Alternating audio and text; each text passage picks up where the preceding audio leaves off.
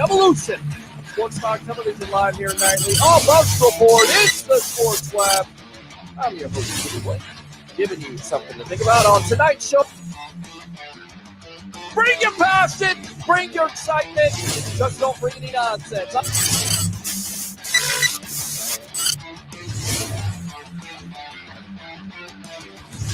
Will you shut up and be quiet?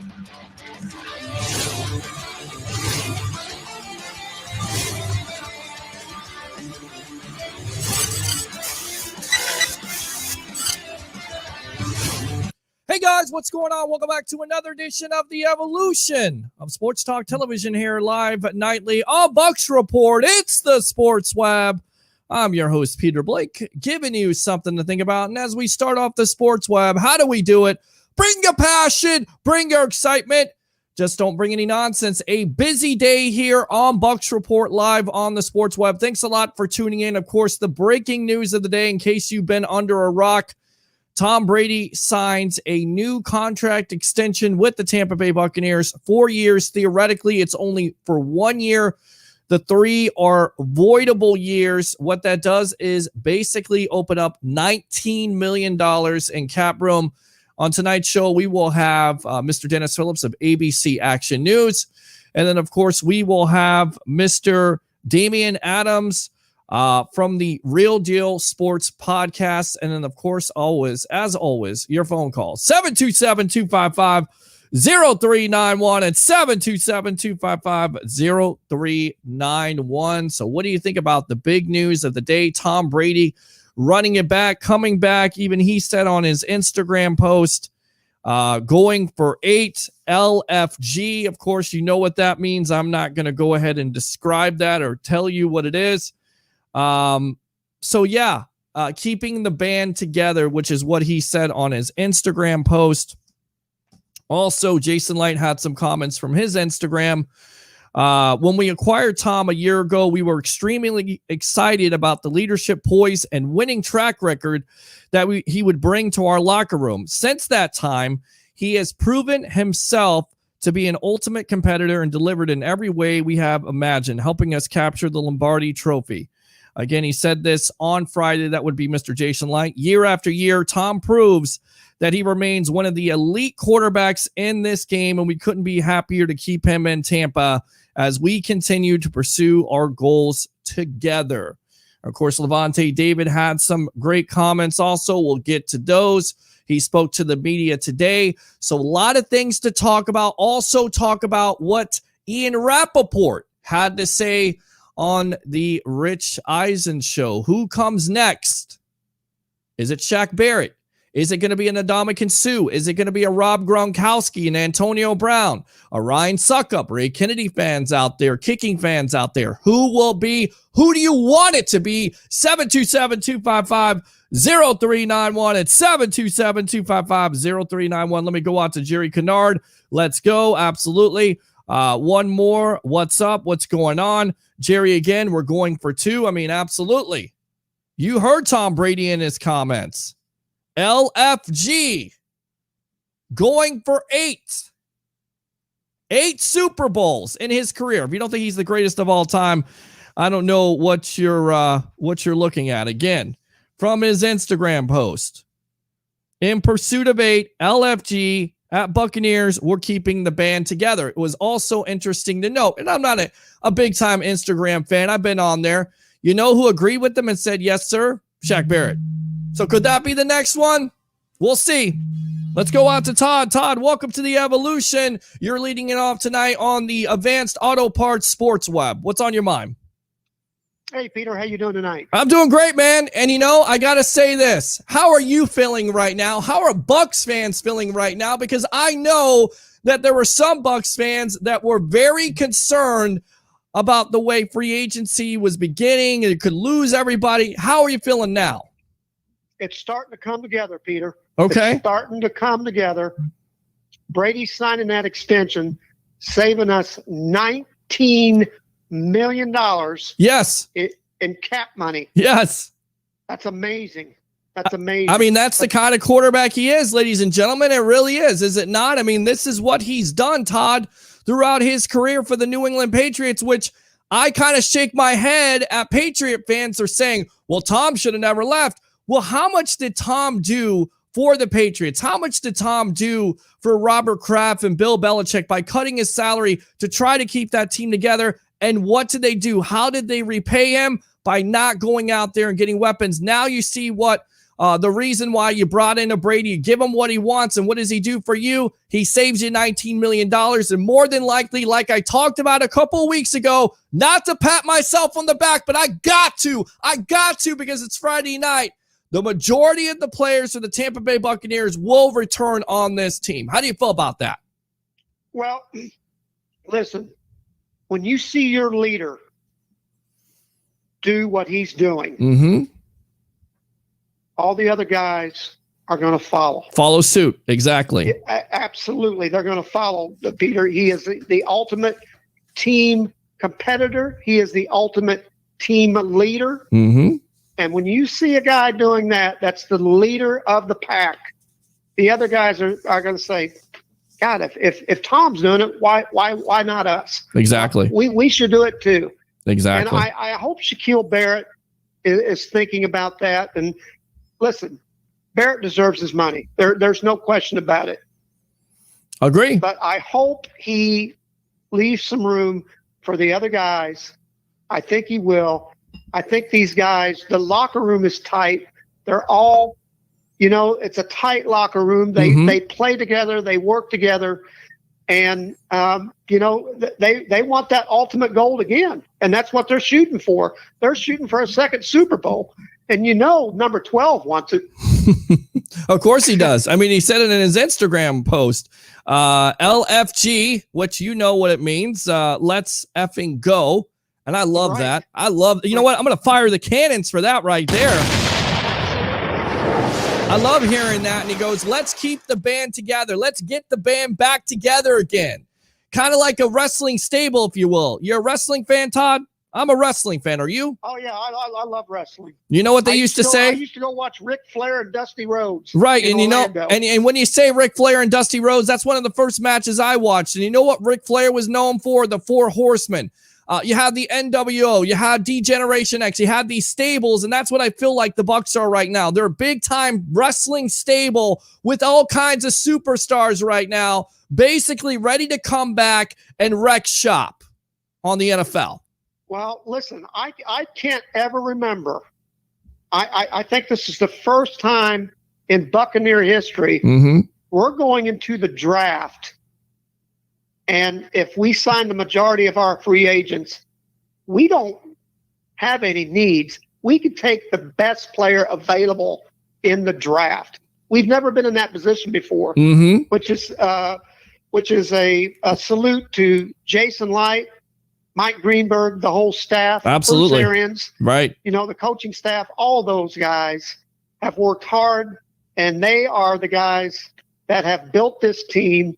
When you bring in a Leonard Fournette and Antonio Brown, a Gronkowski, and then Tristan Wirtz and Antonio Winfield in the draft, right? And Devin White, and you keep Levante David at $3.5 million this year, a $3.5 million cap hit. I mean, look, in the next year it may be a little bit bigger, but a $3.5 million cap hit for a guy that you could compare linebacking wise to any of the greatest linebackers of all time, namely a Ray Lewis. I mean, that's how good he's been and how good he's continued to play. Even at 31 years old, he's still in the prime of his career. He had some comments today. In fact, let's get out to those really quick. And I want to know what you think of this.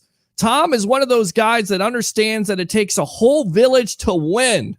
It takes a team, a group of guys to win football games. Me and the same thing. I'm all about team. I do what I can, do what it takes to hopefully get everybody back and go and do this thing again. The bond that we had, the bond that we shared this year, it was like no other. And that's from Levante David and what he had to say about Tom Brady returning. So the Tom Brady effect is in full effect for this Tampa Bay Buccaneer team. What else, Todd? Yeah, and not only that, Peter, but, we keep our core of our team, and then there's veterans that want to come to Tampa because, again, of the Tom Brady effect. Now, listen, it's not all about Tom Brady.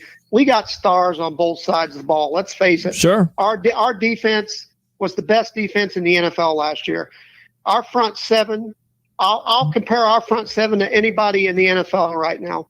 And our linebacker duo of White and Levante is unmatched. Yeah, absolutely. Absolutely it is. It's unmatched, and what you got to watch out for is getting complacent. And again, it's going to be tough. It's going to be tough to repeat, but you definitely have the talent, and it looks like the Bucs have a plan going forward here to re-sign their own guys. Good stuff there, Todd. Anything else, bud?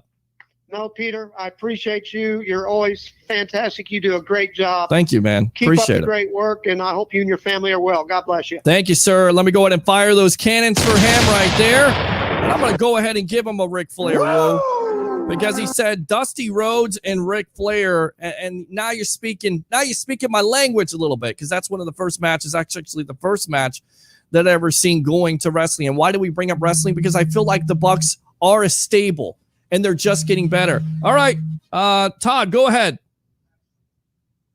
I think he hung up. Okay, I thought he was calling back. All right, let's go out to the webheads here. Read these comments. Leftwich couldn't lead a Pee Wee team to a rec championship if his life depended on it. You can't Ben Israel. It's unfortunate you say that, because more than likely, in my opinion, Byron Leftwich is going to be the next head coach of this team when Bruce Arians decides to hang it up. Sorry to tell you. Sorry to disappoint you. I bought a 2021 Nissan van to go camping and tailgating. Very good. Mr. Daniel Williams, Go Bucs for Life, 813, baby. Daniel again, Go Bucs for Life, TB12. Mike says, still, take it one game at a time. Yeah, I get it. Take it one game at a time. Blah, blah, blah. You know what I think about taking it one game at a time? I said Super Bowl or bust last March. I'm going to say Super Bowl or bust this year. I could care less what anybody thinks of that. I look, they have an opportunity to get Tom Brady back. He frees up $19 million. You get all these guys signed. You're going to be that much better because you're going to have an off season. You're going to have mini camp. You're going to have a training camp. You're going to have preseason. Everybody's going to be comfortable. They're going to know the offense, namely a Brady and a Gronk and an Antonio Brown, who are going to get that much better. The progression, you're not going to see regression. You're going to see progression on both sides of the ball. This team is going to be determined to do it again, because there's people out there that are saying, take it one game at a time. There's no way the Bucs can do it. Not saying it's a bad comment, Mike. I mean, it's pretty easy. A lot of people say that. Gronk's not leaving. Signing Barrett is crucial.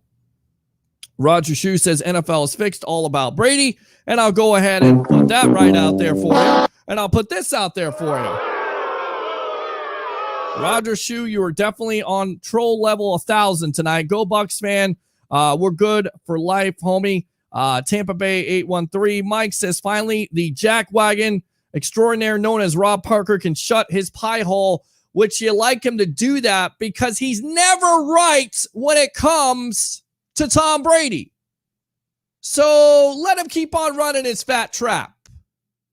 It's good luck. Every time he predicts Brady is going to go down or lose in a playoff game, Brady wins. Same thing happened this year. Brady's done. Really?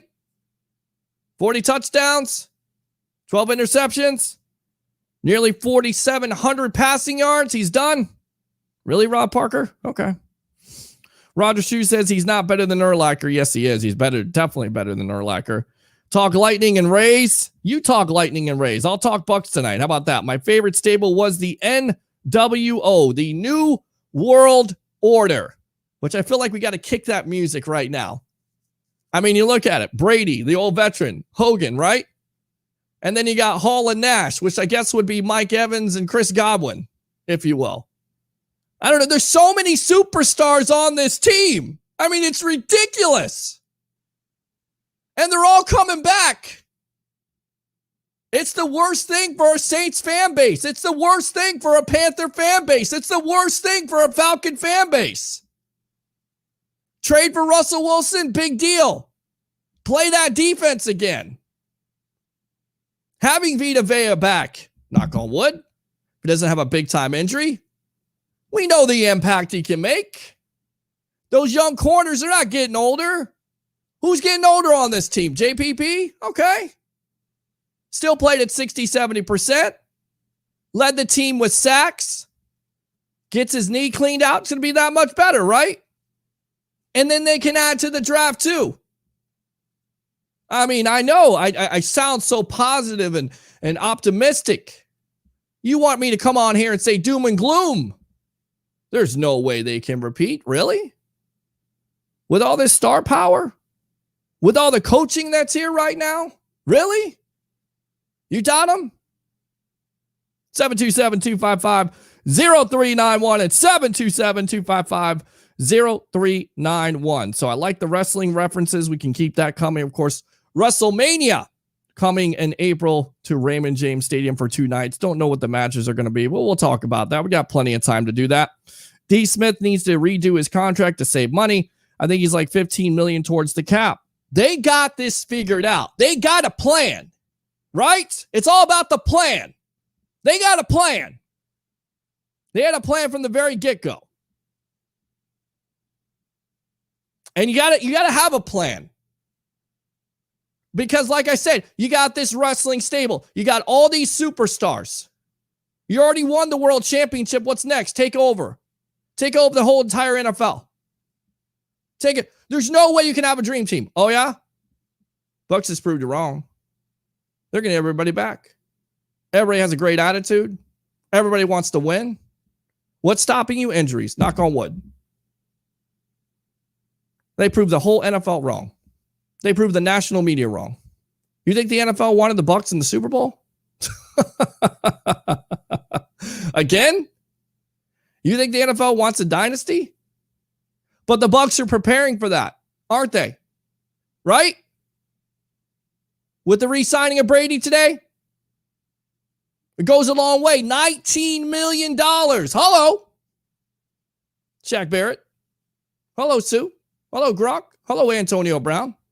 Hello, Ryan Suckup. Maybe Leonard Fournette. Doubt it. I think it's James White. I'll put a bet on it. James White is a Buccaneer. Oh, yeah. I'm going to cut this up. I'm going to edit it. I'm going to post it on my page. And you guys are going to come back and tell me I'm right again. 727-255-0391. It's 727-255-0391. So D. Smith may redo his contract. They may do that. They may do a redo contract of an Ali Marpet or a Mike Evans. You just don't know. How many players they want back, they'll figure this out. Let me go out to Dan the Man. Dan Williams, welcome to the Evolution here, the Advanced Auto Parts Sports Web. What's up, man? Hey, blah.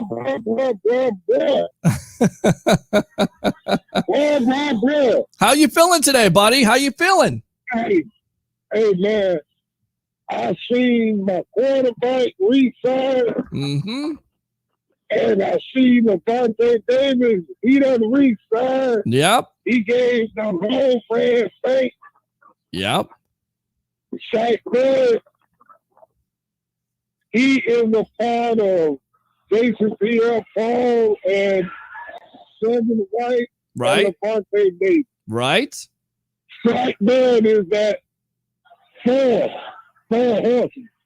Oh, I mean, I'm gonna tell you right now, the defense and the offense together. I mean, they're bigger than the NWO. Yeah. They're bigger than the Four Horsemen. I mean, Yeah, right. right. No, but I'm saying Shaq Barrett is the last four horsemen Oh yeah. in that bike ride. Oh, I agree. He's your enforcer. I think he's the enforcer, right? Yeah, Right. He's Yeah. a guy. He's a guy that had Yeah. 4 sacks in the postseason, yeah. and people want to get rid of him. Or they're okay with getting rid of Shaq Barrett. You can get somebody. No, why do that? Why? No. Yeah. Let's have him torment Patrick Mahomes again. Who didn't like that as a Bucs Yeah. fan? Did you like seeing Patrick Mahomes run for his life? Did you like seeing him run Yeah. 497 Oh, yards yeah. behind the line of scrimmage? Yes, Okay, then. yes. So you keep what you got had to intact. run. Mhm. He had to run because he said in the interview, them Buccaneers thought they was real pirates. Okay. Okay, we is pirates when it comes to protecting our ship and our home. That's it. You're exactly right, buddy. You're exactly right. And Brady did And- that today with the extension and the $19 million. So you think Shaq Barrett is next to be signed? Shaq gonna leave some money out there on the table. He gonna take what they gonna give Okay. because due to the fact is he's not gonna run and go nowhere else. Why would he want to? Because I'm gonna tell you, everybody thought Levante was going to Cleveland. Yep. Oh yeah, they tried to hit him with a bunch of money. As good as gone. My Levante David as good as gone. He's done. He's going. He's going Yeah. somewhere else. He's going to greener pastures. Yeah, they was saying all that. These Mhm. cats on Sports Center, Mm-hmm. they need to shut their mouth. because to me, they sound like a bunch of player haters. For real. They very well may be. I mean, are these the same people? Or are these the same pundits that have been talking about how the Bucs can't get it done last year? Oh, yeah. Okay, then. So they're trying to prove a point. Get it done Oh yeah, because they got a 43-year-old quarterback. right. Okay, we got a 43-year-old quarterback. Who's playing like he's 24? Oh yeah, and he throws what? 40 touchdowns. Maybe 5. Yeah. Yeah. 40 touchdowns, Mm-hmm. 12 interceptions. Right. And right. And I also like what you said. Mm-hmm. The NFC South is gonna be on a TV12 once again. Oh, look, even if they don't win the division, and you would expect the Bucs to win the division because it looks like Drew Brees is not coming back. You know, Carolina, who knows what they're doing. Matt Ryan ain't coming back. Right. Sean Payton gotta put some eggs in a pot and scramble them up, and he gotta make a choice on who's gonna lead the fight. I agree. Is it gonna be Jameis Winston or is it gonna be number 7? Yeah, I agree with you, Taysom Hill. Dan, I tell you what, we got to run here. I'm going to tell you right now. Call me back because I definitely want to hear more what you have to say. But we got Dennis Phillips of ABC Action News in the lobby. I'm not going to let this man wait anymore. Call back later. We'll get you on, okay? Yes, sir. All right, appreciate you. There you go. Mr. Dan Williams will read these comments when we come back. But let's go out to Dennis Phillips of ABC Action News. And I got to start it off. I mean, are we dreaming here? The Bucs are world champions. The fans are saying the sky is falling. The pundits are saying the Bucs can't do it again. And what do we start out the night with? What do we start out the day with? Tom Brady doing an extension. You know, it's basically a 1-year deal, but it gets him to play until he's 45 years old. And on top of it, it saves the Tampa Bay Buccaneers $19 million with their cap. Your thoughts? Well, I mean, we said this when we talked a couple of weeks ago. It kind of had a feeling Chris Godwin would go franchise tag. I mean, that just seemed like the way that it might play out. And, I would never say to somebody, you don't need the money, but it's clear Tom Brady does not need the money. He's not here playing for money. And that's a very different scenario than some other players, players that don't have the number of rings that he has, players that don't have the kind of money that he does. And they're working to build their family's future and their kids' future for the rest of their lives. So, it doesn't surprise me that Brady did what he did because he doesn't need the money. I mean, he doesn't. So the question is, when you get other people maybe who are younger, who still have that paycheck that's in front of them, they're the ones that are tougher to sign, clearly. And it's great what Brady did. It doesn't really shock me. I think it's all going to boil down to the fact that he loves Florida. He loves living here. He bought that new big house in Miami. So he loves the lifestyle. Can't blame him. So he's figuring, all right, you know what? I want to play a couple more years. He said that last season. Remember, he said, I want to play till I'm 45, and everybody laughed, as did I. And he clearly, if the O-line can keep him upright, why not, right? Yeah, I mean, say why not? Because, again, the majority of your players most likely are coming back. You got some flexibility with this team. Of course, they franchised Chris Godwin. Really wasn't surprised by that, especially with his comments. A lot of people trying to sell me, well, you got Tyler Johnson and you could possibly have Antonio Brown and Scotty Miller, but you could not allow a Godwin. And I know you're a Penn State guy, and it's okay to be a little bit biased, but Bruce Arians said it best. He's not only a slot wide receiver, but he's an integral part of this offense. What are your thoughts on the franchising of a Godwin, and how big is this to this offense going forward? Yeah. They won a Super Bowl with Godwin having a subpar year.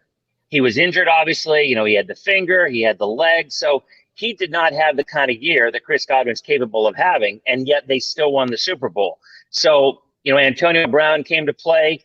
Obviously, he's getting up there in age. I would have a feeling that it's less likely that he's able to make it through as opposed to a Brady. But, we talked about this last time, that they've got such offensive weapons, but Mike Evans is getting up there a little bit too, who's also been injury prone. I think you surround your receiving core around Chris Godwin. And yes, I am biased being a Penn Stater, but you've seen what he can do. And last year, again, he was hurt all season. So imagine, or most of the season. So imagine what a healthy Chris Godwin's going to do to that existing offense. Is already pretty strong. I still have my biggest question mark is what about the running back position? I think that's going to be so interesting to see how it plays out. I think Keyshawn Vaughn can probably fill a void that maybe he wasn't used in this past year, but I can't wait to see how that plays out, because the Bucs won the Super Bowl, in my opinion, for two reasons. Their defense stepped up, and because in the Super Bowl, play action was working and their running game took the pressure off of Brady and allowed him to do what he was going to do. So I can't wait to see what happens with the backfield. And, of course, the legal tampering period starts on Sunday, which is so funny in free agency. We got ABC Action News. It's Mr. Dennis Phillips here on the Advanced Auto Parts Sports Web. I'm your host, Peter Blake, giving you something to think about. And to me, the running situation is going to basically clear itself up. You're going to have the victim of volume be in the controls again. He's going for, free agency year. He'll be back. You have Keyshawn Vaughn, and I think they're going to go and get a James White. I don't see a Leonard Fournette coming back, and this is why, because he wants to be a bell cow runner, and he also may price himself out. Is that how you see it? 100%. And I personally think anybody who pays for Fournette, which somebody's going to, somebody's going to, I think he's going to be overpriced. I love the guy. I drafted him last year in my fantasy league, but I think I continue to think of him as the running back that he was a few years ago. And we all know that the shelf life of running backs just isn't what it used to be 9 times out of 10. And you have to wonder if he has seen his best days in terms of a bell cow. Now, when there's guys, like James Conner, who also was supposed to be the bell cow for the Steelers this year and was hurt all year. So it doesn't necessarily, just because someone's a bell cow doesn't mean that they're going to succeed. But I'm with you. Somebody like a James White, a third down back, somebody who can catch the ball out of the backfield would be a really nice addition, because I'm with you. I think, and I don't blame him. I get it. If you, especially, and even though he's not young, he's still in his 20s, and not James White, Leonard Fournette, obviously. and he still wants to make his money, and he only has a very limited amount of time to do so. So I don't begrudge him at all to go to the highest bidder. But I just have a feeling, my opinion, that whoever bids for him, they're going to look over and say, man, this was a mistake, because he's always been injury prone. He's had that foot issue. This last year he didn't. But running backs aren't wide receivers. They just don't last as long in that league. They don't. And if he's not motivated, he's not getting the carries he needs. He's a totally different player. We saw that with everything he did in the postseason. He was very inconsistent during the regular season. In fact, the Bucs were considering cutting him. But again, I give him credit where credit is due. 25-year-old running back who really stepped up for this Buccaneer team and was one of the main reasons why they won the Super Bowl. And speaking one of the main reasons, Levante David, I mean, magicians over there. What are they doing? $3.5 million cap hit for Levante David, still playing in the prime of his career. Explain this to me. How is this done? You got me, and that's above my pay grade. And we talked about this last time. You know, the general managers, I don't know how they run their business. I'm just glad that they're able to do what they did. I mean, did he give them a hometown discount? I was just looking this while we were always waiting. I was just looking to see if there were any other offers that were realistic offers, ones not just that his agent floated out there to try to get the Bucs to pay more, because we all know that's what they do. A lot of times agents will make it out there, so somebody has to pay up. I mean, it works both ways. The GMs and the ones that work the businesses, they're not up front all the time. They're trying to get the guy for the least amount of money they can. And so I don't begrudge the player at all. I always hear, oh, so-and-so is not worth it. Whatever. If somebody's going to pay him, they're worth it. Bottom line. Yeah. And if that isn't the Bucs or somebody else, I don't care. They're worth it if somebody's willing to pay it. Now, do I think eventually they're going to regret paying him that money? In terms of Leonard Fournette, yes. But if Levante David, as you mentioned, that's another story. I think the ability that they found to sign him in the way that they did. And again, I don't know the details. I mean, you're way more knowledgeable about the contract negotiations than I am. I don't keep my fingers on the pulse as much on that, but I'll tell you, it was a big signing, and they knew, I think in their minds, they knew that was a signing that they need to make. And then you wonder if the other dominoes just kind of fall on each other. Okay, he signed and he signed. Well, let's just go ahead. We'll see if it plays out that way, but I still think it all boils down to the younger guys wanting to get a paycheck, especially ones that already have a ring. They got a ring now. So are they as hungry to get a second one as they were the first one? You know, my gut would tell me I think they're hungry to get a payday. So if the Bucs and somebody else are about the same, sure, they stay with where they are, but it still boils down to money. It's a business, you know? Yeah, no, it's absolutely a business we're on, and a guy who takes care of business on ABC Action News, that would be one of the best meteorologists out there, and Dennis Phillips, who once again, guys, he missed his calling as a sports broadcaster because this guy definitely knows what he's talking about. Let's go back out to David's comments with receiver Chris Godwin doing his franchise tag, and then me signing my contract, Tom doing his thing with his contract. The Bucs are just kind of moving on. Hopefully it will be a domino effect, just trying to get guys like Shaq, Sue, Gronk, AB, Lenny, everybody to fall in line. All I can say is hopefully everything will work out. It seems like people are doing something to make that happen. It definitely feels like having the whole gang come back and try to win championships. We heard this statement from Tom Brady, let's run the band back. I was kind of talking about wrestling and how right now the Bucs offense and defense and the whole team is a wrestling stable. So in your opinion, the next guy of the next domino that falls, is it a Shaq Barrett? Does he get signed? And how much do you think he signs for? You know, there's been some projections, 18 to 19 million. I feel like he's worth it. And I feel like, look, if the Bucs don't do this, Dennis, you're going to have to pay somebody else. And if you try to go the Rays method, and I know you got that Rays hoodie on, if you get rid of a Blake Snell and you get rid of a Charlie Morton and you replace them with veterans or young guys, the results always don't necessarily work out. Yeah, it's very different. Now, baseball, obviously, and football, you know, you've got the salary cap. So it's just it's night and day. And, you know, I being a Rays fan from day one, obviously, it's frustrating to lose the big players that you love because you know that it's just what the team has to do. With the Bucs, you know, that's a different situation. And I find it interesting that there are some of the players, you know, like Gronk has already come out and said, I'm coming back, or I want to come back. You know, so much for, you know, trying to maybe negotiate for a little bit more, saying, well, maybe I'm not going to, and just try to get a few more bucks. I think he's kind of in the same boat. Maybe he doesn't need it. Maybe he's okay where he is. Antonio Brown, I think he's just happy to be playing because 8 months ago he was thinking about he was going to be going to jail and never play in the NFL again. I mean, that was the reality. You know, and they've pushed back that court date thing until next year, I think. So the bottom line, he's probably just happy to be making some money. It's crazy about AB because remember a couple of years ago, he was on all those Pepsi commercials.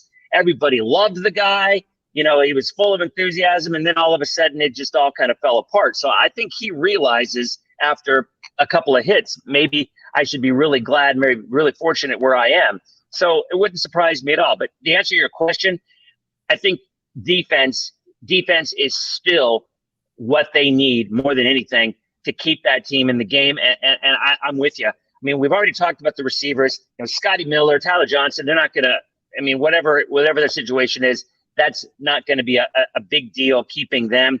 And I don't even think they're up, are they?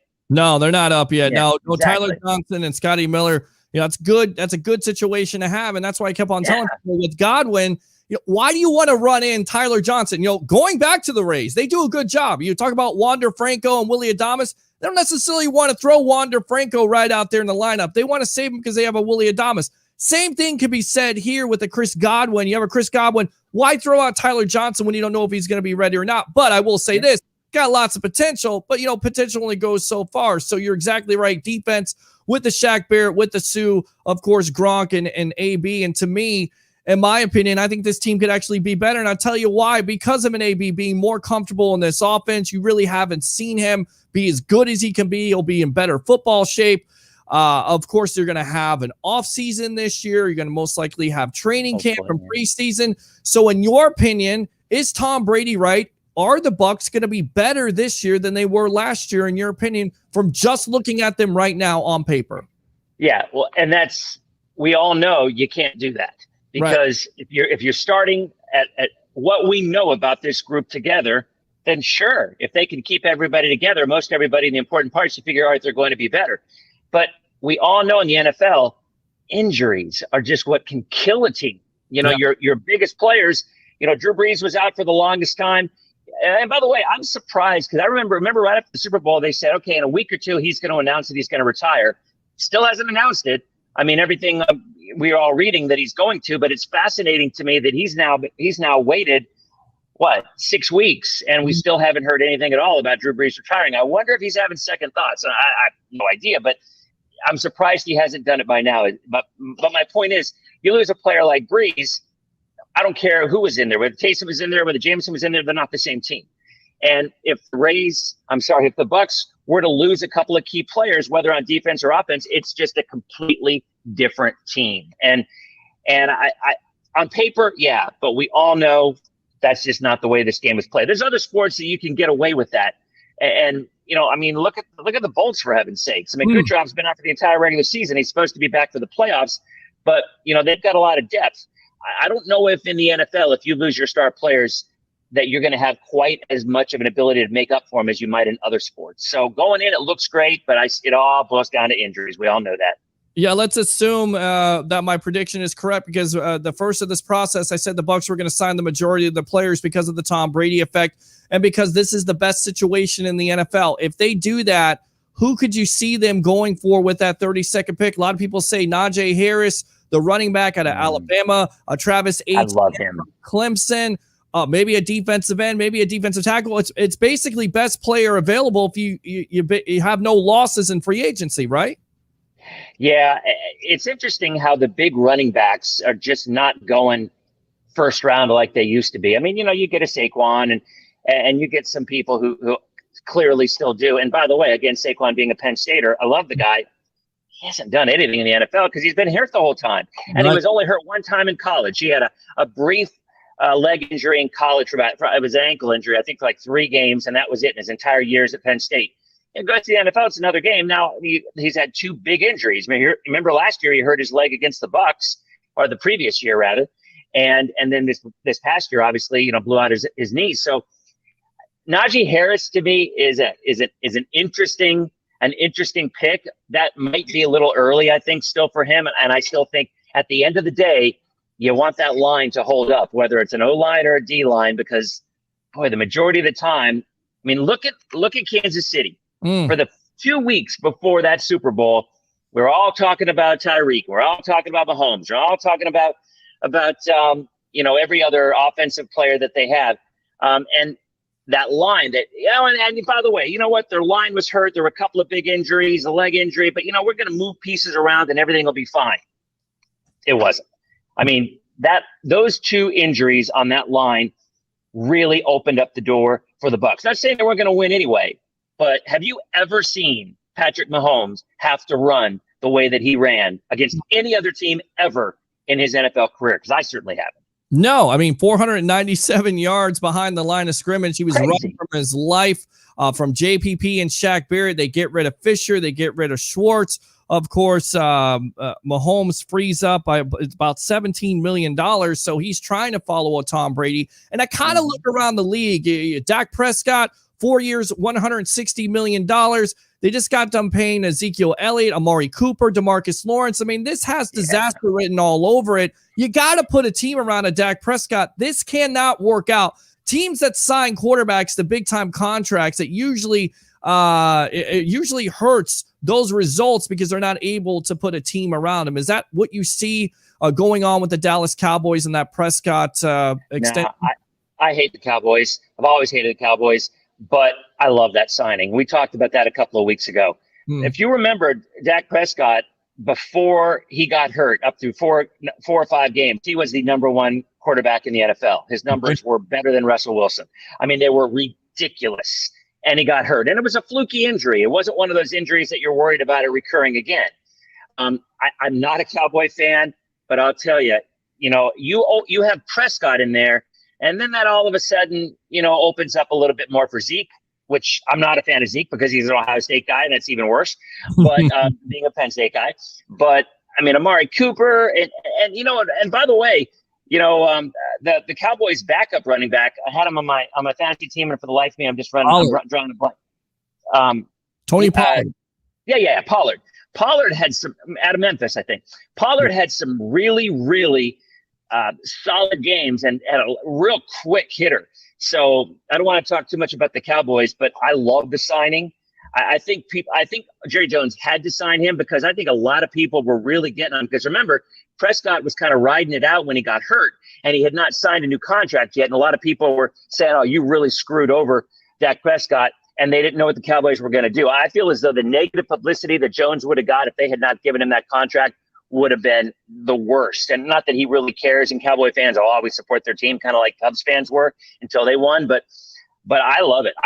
I think they're going to be really good next year, surprisingly good.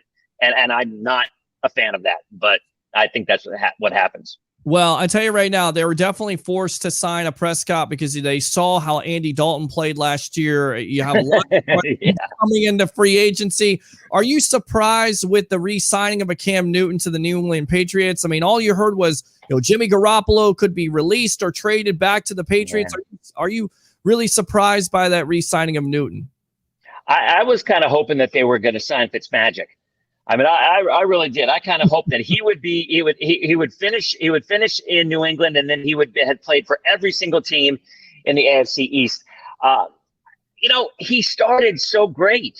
I don't know if there was an injury going on, and Newton's had a lot of injuries late, and go figure, because the guy's a monster, and he doesn't avoid contact, he initiates contact. So it's no surprise that he gets hurt. But the first 3 or 4 games of the year, remember the first loss remember when they lost at the Seahawks on a Monday night game. And up until then, they had been amazing, and his numbers were incredible.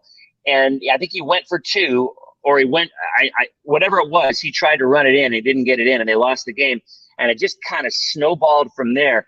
I mean, but I am kind of surprised. Well, see, here's the thing. I'm surprised because the media reports were, nobody wants Cam here anymore. He's been doing awful. You never really heard anybody in management for the Patriots say that. You just kind of heard the Boston media saying, we don't want him back. Now, it might just be because maybe it'll be a backup. Maybe they have somebody else planned. Who knows? But I was surprised that he signed.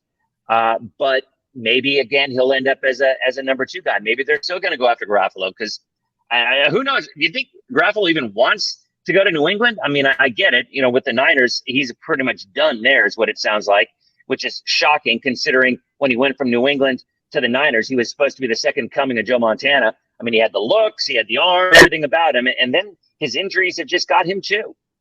Yeah, the injuries have got him, and he hasn't been able to make the throws that this team wants him to make. And, there was reports that they were looking at Tom Brady last year, and they basically decided to go back to Jimmy Garoppolo. So now there's talk of, them trading for Sam Darnold, possibly giving up a second-round pick. I mean, Darnold just a couple of years ago was a number 1 pick. I mean, number 2 overall, and now the Jets are trying to trade him.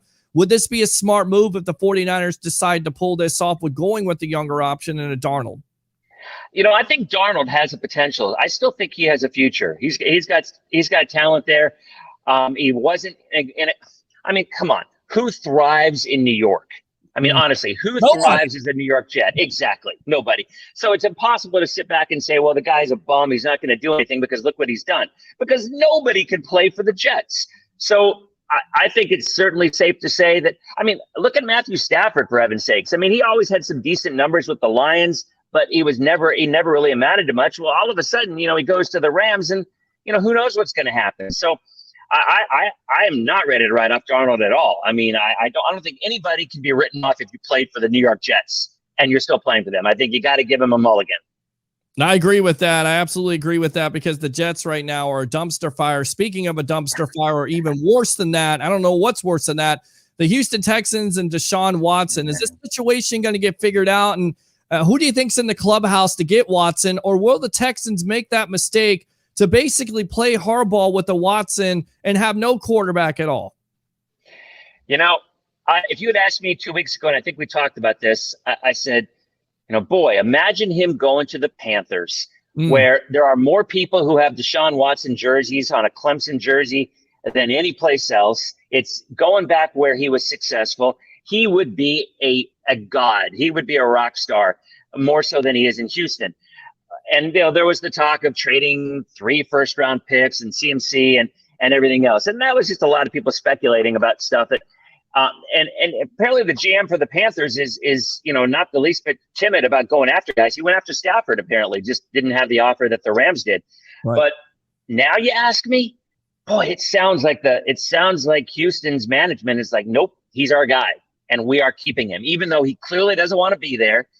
And it just makes me wonder that they just planting their flag and saying you are our guy, and there's nothing you can do about it. And then of course there's been talk the last couple of days. Would he sit out? I don't know. I mean, that's a lot of money to give up if you sit out. Who'd they just sign as a backup to David Johnson?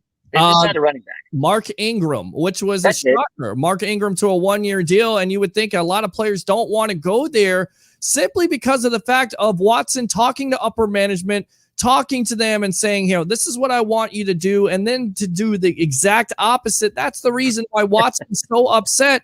And you got to feel like, why would a player want to go there to that organization knowing what they've done here? They let J.J. Watt walk out the door. They traded DeAndre Hopkins. They just fired their coach last year. I get it. You hire Lovie Smith and you have David Culley, but really, are these the options that you think are going to make the Houston Texans anything better than what they were last year, which basically was a 4-win team? They could actually be worse, Dennis, than they were last year.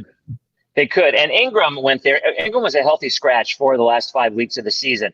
I mean, they've got Edwards. They've got Dobbins. They're not going to – Ingram he obviously was done with the Ravens. And not that it was anything that he did or done. He just had a couple of guys who were younger than him and quicker than him and more efficient than him for the Ravens. So I think he went there because probably – and I have no idea, but you have to wonder if that was one of his only choices, because maybe he's thinking, you know what, David Johnson gets hurt a good bit.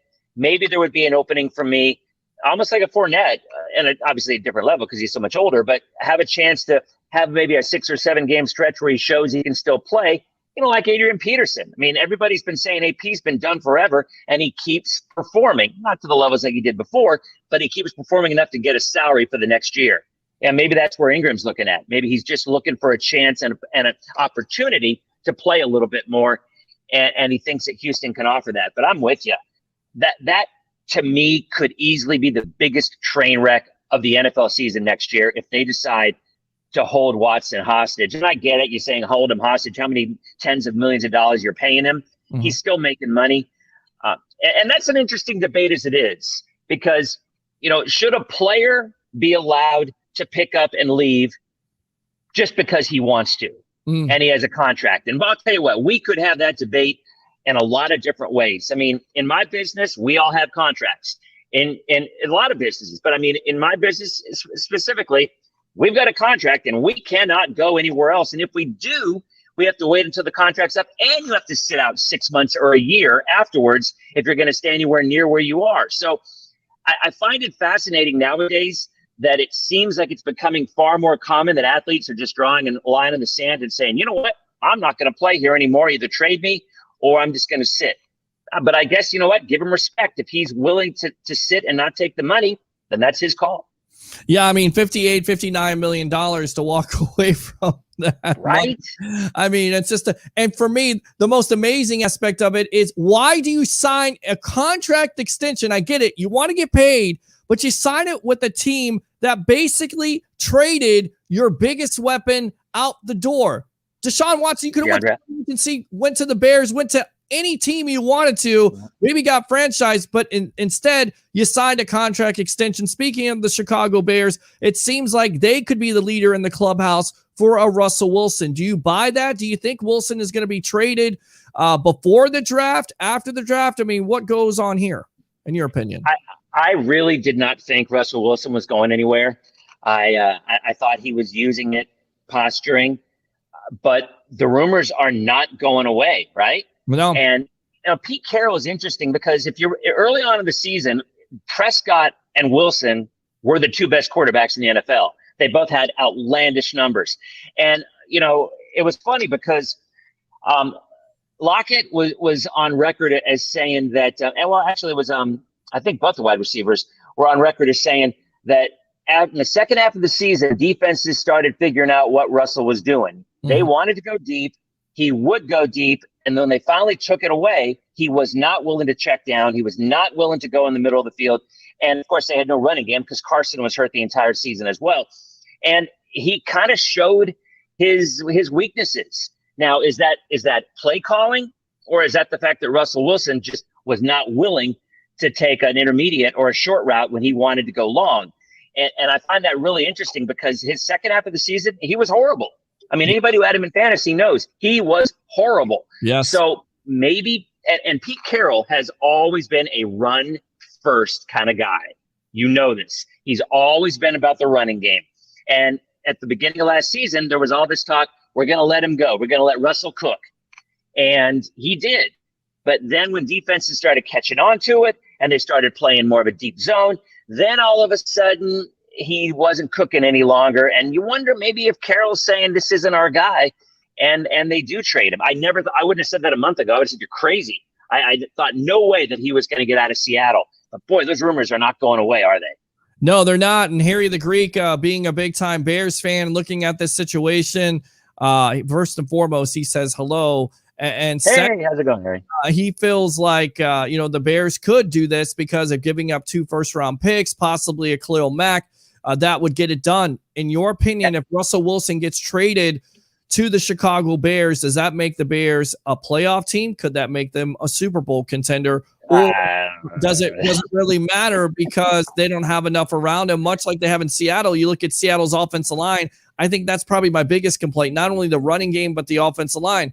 Do the Bears have enough? To me, they got the defense. They got a better defense than Seattle, so I think that gives them an advantage. But do you think Wilson makes them competitive or more than competitive? Yeah, if you remember earlier in the season, for the first how many games, Chicago's secondary did not allow any receiving touchdowns. Mm-hmm. I mean, they were giving up some numbers to the tight ends, but they weren't giving up anything to the wide receivers. Their defense was playing really, really well. And they just franchised A-Rob, so they've got him. And, David Montgomery seemed to turn the corner in the second half of that season. So, but even still, with Montgomery, with A-Rob, and with Russell Wilson, are they a playoff team? Maybe in that division.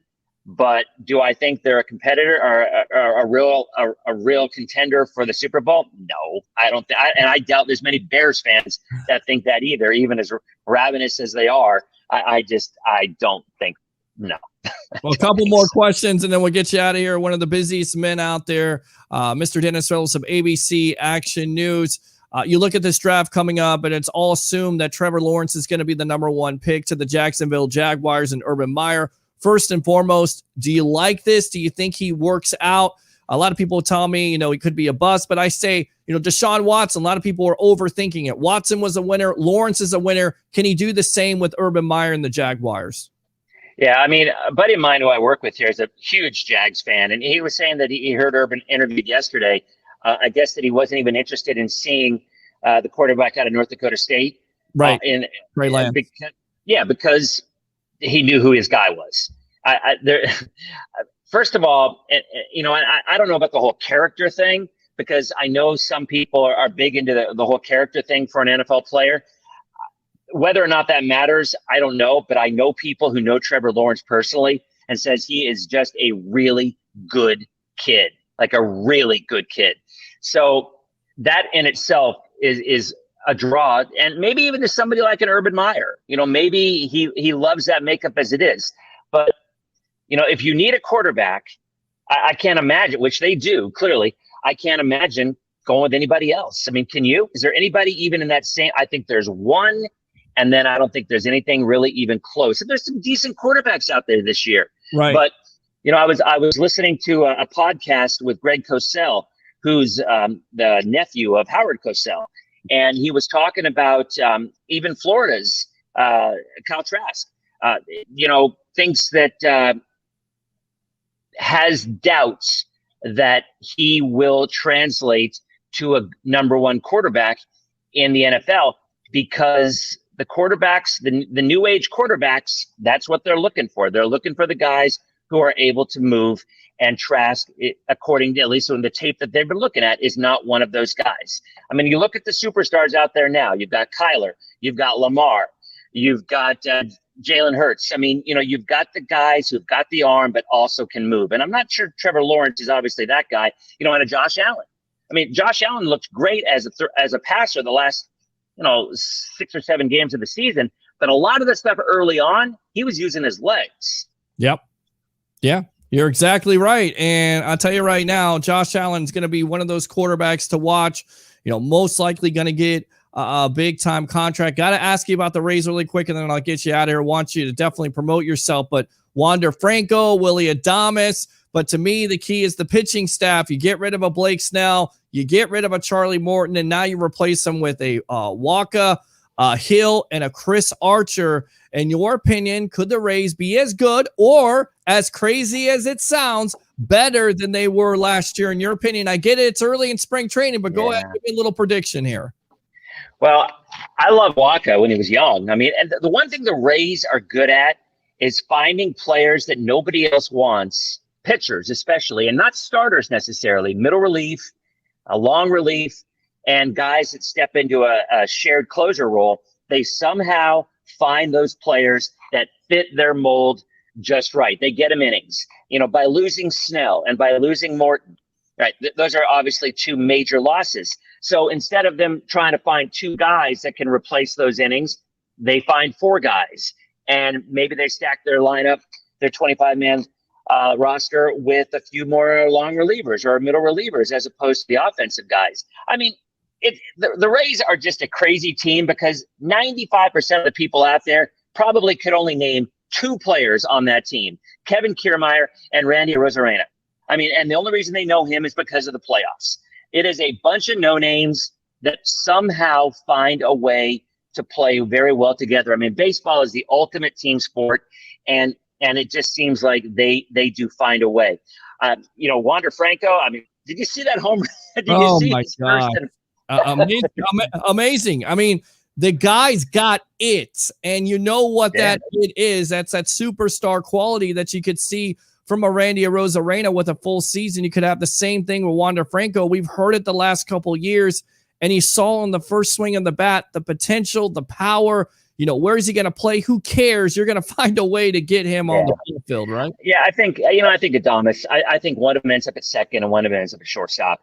I mean, because Willie's kind of an interesting player. I mean, he has moments of greatness. He's one of those shortstop where he'll make a play that's insanely great, and then he'll just completely blow another play, especially on easy throws. He has a tendency to miss the mark and go high sometimes. It's almost like he's thinking too much and he'll throw it.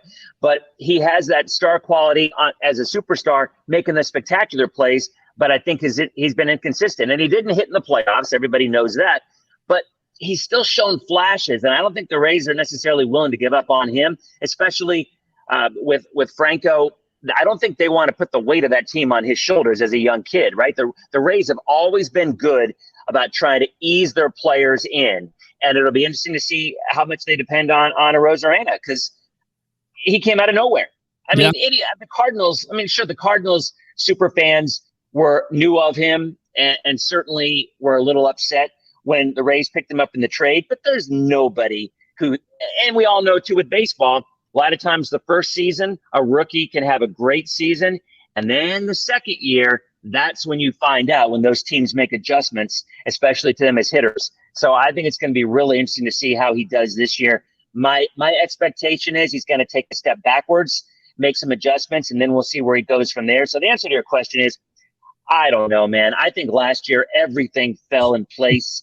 I think they've got a solid core group of people, but I just don't know how they're going to do it 2 years in a row. I hope they do, but I have my doubts. I'm looking at about maybe 85, 86 wins. And again, it also boils down to injuries. And we all know that. Yeah, it does. It boils down to injuries. It's always, one of those things you have to take into consideration when dealing with sports. All right, tell us how the weather is going to be here the next couple of days. Is it going to be a good weekend finally? It's not going to rain all weekend, right? No, it's going to be sunny until Thursday. Next cold front comes on Thursday. Great beach weather. It's spring break for a lot of people. The beaches, if you're going to the beach tomorrow and you're going to Clearwater and going over that bridge can be a real bear, you might want to go at sunrise because it is going to be so crowded tomorrow and that traffic is going to be nuts. So beautiful tomorrow. If you're going out on the golf course, highs in the low 80s, morning lows in the upper 50s to low 60s. Great weather for the next 4 or 5 days, spring break or anything else going on. Next cold front comes in next Thursday. All right, there you go. Next Thursday, the cold front. Go ahead and promote yourself, Mr. Dennis Phillips of ABC Action News. Again, Chief Meteorologist here at ABC Action News, where I'm on at 5, 5:36, and 11. On channel 11 on cable. I don't know, all sorts of, nowadays people watch on their phones and everything else. I don't know. I'm the guy with the suspenders, so sooner or later you'll probably find me. I'll tell you what, he does a great live show on Facebook. I got to get on there with him sometime. Yeah. It's very entertaining. I love it. I love the graphics, and he's talking to everybody, kind of like what we do here on the Sports Web. Dennis Phillips, thanks a lot for your time here on The Evolution, brought to you by Advanced Auto Parts, all right? Sounds good. Talk to you soon. All right, buddy. There you go. Dennis Phillips of ABC Action News. I'll tell you what, let's go ahead and take a quick break, and then when we come back, we will have Damian Adams, the Real Deal Sports Podcast here on the Sports Web, brought to you by Advanced Auto Parts, and of course, the Deck Bar and Grill in Isla de So Isla, as my friend Damaris Ortiz would tell me to roll my tongue. So here we go.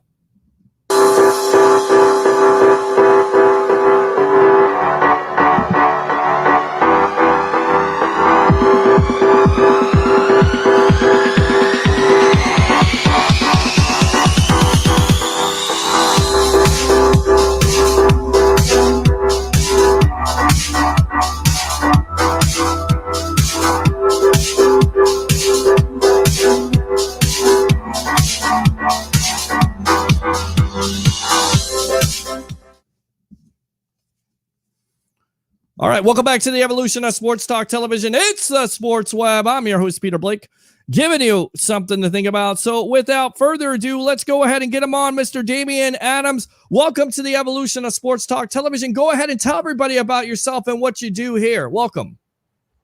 Oh, thank you for having me. I definitely appreciate it. My name is Damian Adams. I am the host of The Real Deal with Damian Adams podcast. And I'm also a co-host on the 3rd and 3 podcast as well. Both podcasts are available wherever you stream podcasts. We would appreciate if you subscribe and you will enjoy the content. So go ahead and subscribe to The Real Deal with Damian Adams and the 3rd and 3 podcast for great football, basketball, and boxing talk on both podcasts. Very good. And I know you got March Madness coming up here in just about a week. You know you're getting ready for that. You have NBA right now, the Brooklyn Nets being the story. Of course, the Lakers, always a story with LeBron James. But, of course, we're talking about the Tampa Bay Buccaneers. How surprised were you with the Brady extension, freeing up $19 million in salary cap room? Amazing, right? I wasn't really surprised. It's what Brady does. It's his history to make sure that a team is in the best position to win. That's one thing that you have to give him. He's always willing to do something to help the team out. This extension helps the team out. And he's always talked about playing until he's 45 or even beyond. So this extension just goes into his plan that we've been seeing for years now. Yeah, and of course, the Bucs, they had to get there in order to get to the Super Bowl, get to the NFC Championship. They had to beat the Saints, who basically dominated them during the regular season. The big-time talk in this offseason has been Drew Brees. We still have not heard anything yet about Brees, if he's going to come back or if he's going to retire. You thought he's going to retire. What are you hearing, and what's your opinion? Do you feel like he's going to come back? Because there's been no talk about it. Yeah, I think that he's going to retire. He's just taking his time, really making sure that's the right decision. But I believe the right decision is for him to retire. We saw his arm strength just, whittle away as the years have gone along here. And we especially saw that in the Tampa Bay game in the playoffs. The reason that you guys were able to beat us was that you guys knew that we couldn't go down the field. And you were able to play very tight defense, very physical defense on the outside, knowing that we couldn't stretch the field. And your defense was the reason that you guys won that game. And the limitation of Drew Brees' arm was a big part of your game plan, pretty much on the defensive side of the ball. So I do think it's time for Drew Brees to retire. I do think he will retire. I think he's just taking his time, but hopefully he does make the decision soon so that we can move forward with our offseason. Yeah, and all that's been talked about in this offseason was, how the Saints had to free up cap. They've been doing that. They even franchised Marcus Williams. So, all of a sudden, when the Saints didn't have money, once again, they show you they do. Were you surprised by, once again, all the maneuvering they have been able to do in this offseason? And if Drew Brees does retire, in your opinion, who's the best quarterback going forward? Is it a Taysom Hill? Is it a Jameis Winston? Or do you buy the fact of possibly being interested in a Russell Wilson from the Seattle Seahawks? What do you say? So when it comes to your first question about the salary cap, we knew that we had to make moves to free up space. The last 4 years we went all in. We were like a teenager with a credit card. We maxed it out. We went all in on trying to get to the Super Bowl and fell short because of, sometimes just lose to a better team like we did this year with the Bucs. Congratulations to you guys. Other years, there was some very, very bad circumstances. Minnesota Miracle, no call in NOLA. We had some bad breaks, but we did go all in, and now we have to pay that back. And that's what we're doing. That's why you saw us release Emmanuel Sanders, release Janoris Jenkins. And we're able to use that space to franchise somebody like a Marcus Williams, who we want to keep because he's a very good safety and he helps us play the type of defense that we want to play. And his franchise tag at $10.5 million isn't that bad. So I think once we get finished making a little more moves here and there, we'll be able to keep the particular players we like. We will lose some players. Like I believe we're going to lose Trey Hendrickson, our good defensive end who had over 13 sacks this season. I think he's going to get paid by somebody else. We may lose him. We may also lose Sheldon Rankins, but that's where the draft comes in.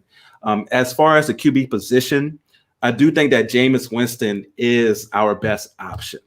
Understand that Taysom Hill went 3-1 as a starter with us, but we have to look at those wins and not just say 3-1, right? Taysom Hill was 3-1 because the Saints as a whole played so well during those games. He was okay. He wasn't bad, but when you look at the 3 wins, 2 came against Atlanta. We both being in the NFC South, we know how bad Atlanta was this year. 1 win came against Denver, who had no quarterbacks due to COVID. The only reason he was the best quarterback on the field that game is because the other team had a practice squad wide receiver starting that quarterback. And we really saw his limitations in the game against Philly. We had won, I believe, 8 straight games at that point, played against Philadelphia. They got ahead.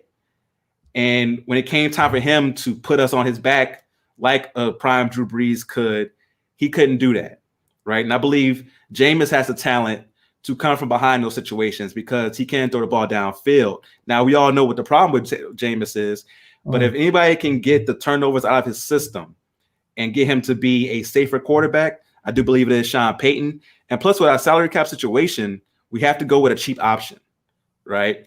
So Jameis Winston, he's not going to be asking for that much, right? He didn't play that much last season. So he could only maybe ask for less than 10 million. Right. And of course, Russell Wilson will be a dream. That would be awesome. But right now, the way that, our salary cap is set up, we're living check to check, if you will. And we can't afford to go out and splurge on a nice car that Russell Wilson is. We can't get that. We have to get the Honda Civic with Jameis right now. we can't go out and splurge on a Ferrari like Russell Wilson right now. It'll be awesome, but we'd have to give up so much to get that Ferrari that we might not be staying in the house afterwards. So we have to go. We have to stay with Jameis on this one. With the Honda Civic and a Jameis Winston, do you feel like still the Saints can be a playoff contender, or are they going to sustain too many losses, in your opinion, Damian, to kind of fall by the wayside a little bit, kind of fall back? I still think we could be a playoff contender because our core is locked in. So you think about all the players that make the Saints great. Michael Thomas locked in.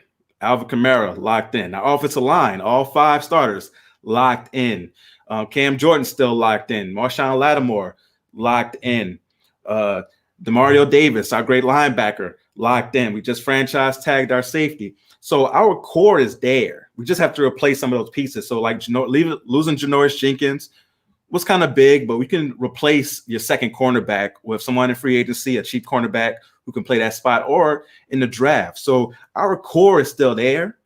And with Jameis, with that defense, I still believe it could be a playoff contender. Yeah, I mean, look, they definitely have the talent. You have a Kamara, you have a Michael Thomas. But again, if you lose a Trey Hendrickson, you're kind of worried about it. Cam Jordan is kind of getting up there in age, but still productive. You talked about Marcus Williams. I mean, Lattimore is also a free agent, possibly. I mean, is there any thinking that they're going to be able to get him back? Because I've heard, possibly Lattimore in free agency could go to the Cleveland Browns. Is there any worry by Saints fans? Are you getting the impression that the Saints organization can move on from a Lattimore? No, we're definitely going to keep Lattimore. One of the reasons we let go of Janoris Jenkins is to free up the space to make sure that we keep Lattimore. And he isn't technically a free agent. We can go ahead and use the 5th-year option on him. And even if we're over the cap, we can keep him because we have the rights on him for the next 3 years with the 5th-year option because he was a first-round pick, and also 2 franchise tags if we need to do that.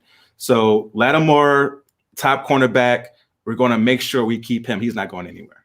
Okay. All right. Good stuff there. So, with the Bucs winning the Super Bowl, they're talking about running it back, or not only with, the Brady extension, the majority of their players could be signed.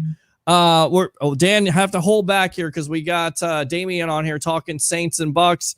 Do you think the rest of the NFL are Saints fans kind of worried about the Bucs running it back again and winning 2 with, supposedly losing all their players, but now they're getting them back?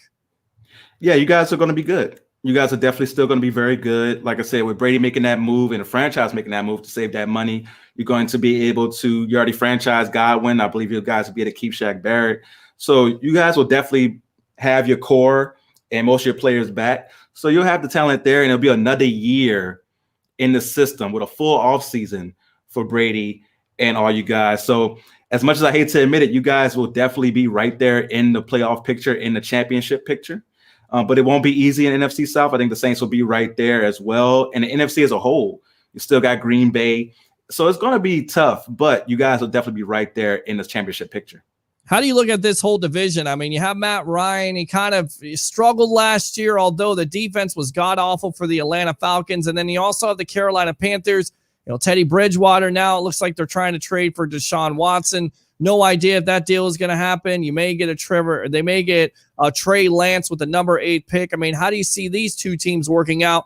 Can they take a step in the right direction to be competitive? Or is it going to be like last year where, all these teams are kind of fighting it out and it's just one team that's taking over? How do you see this division, both of those teams? I still think it's going to be a 2-team race between the Saints and the Bucs. Okay. The Falcons, I see them as a team that depends on how their GM and new coach is feeling. They could go in a direction of, okay, we're going to get one more piece here, one more piece there to try to compete, or they can blow it up they're in a position right now with the 4th pick in the first round, if I remember correctly, to where they can pick a QB. They can trade Matt Ryan for draft picks, or they can trade Julio Jones for draft picks. Those 2 guys are still very valuable, right? You think about a team like San Francisco, who may be looking for a quarterback. Matt Ryan could be traded to them for draft picks and pieces. Julio Jones could go to a team that needs number 1 wide receiver, like, say, Baltimore, right? We all know Baltimore needs number 1 wide receiver. Julio Jones, along with Lamar Jackson, would be a nasty combination. Wow. Maybe they're willing to give up some pieces and some picks to get Julio Jones. So I think they may be in rebuilding mode there in Atlanta. And with Carolina, I like their coaching staff. They play very competitively, very tough. They're well coached, but talent-wise, they're still not there. Now, if they get Deshaun Watson, that changes things, of course. But I don't see Houston making that trade until they have to. I think Houston's going to be stubborn about it.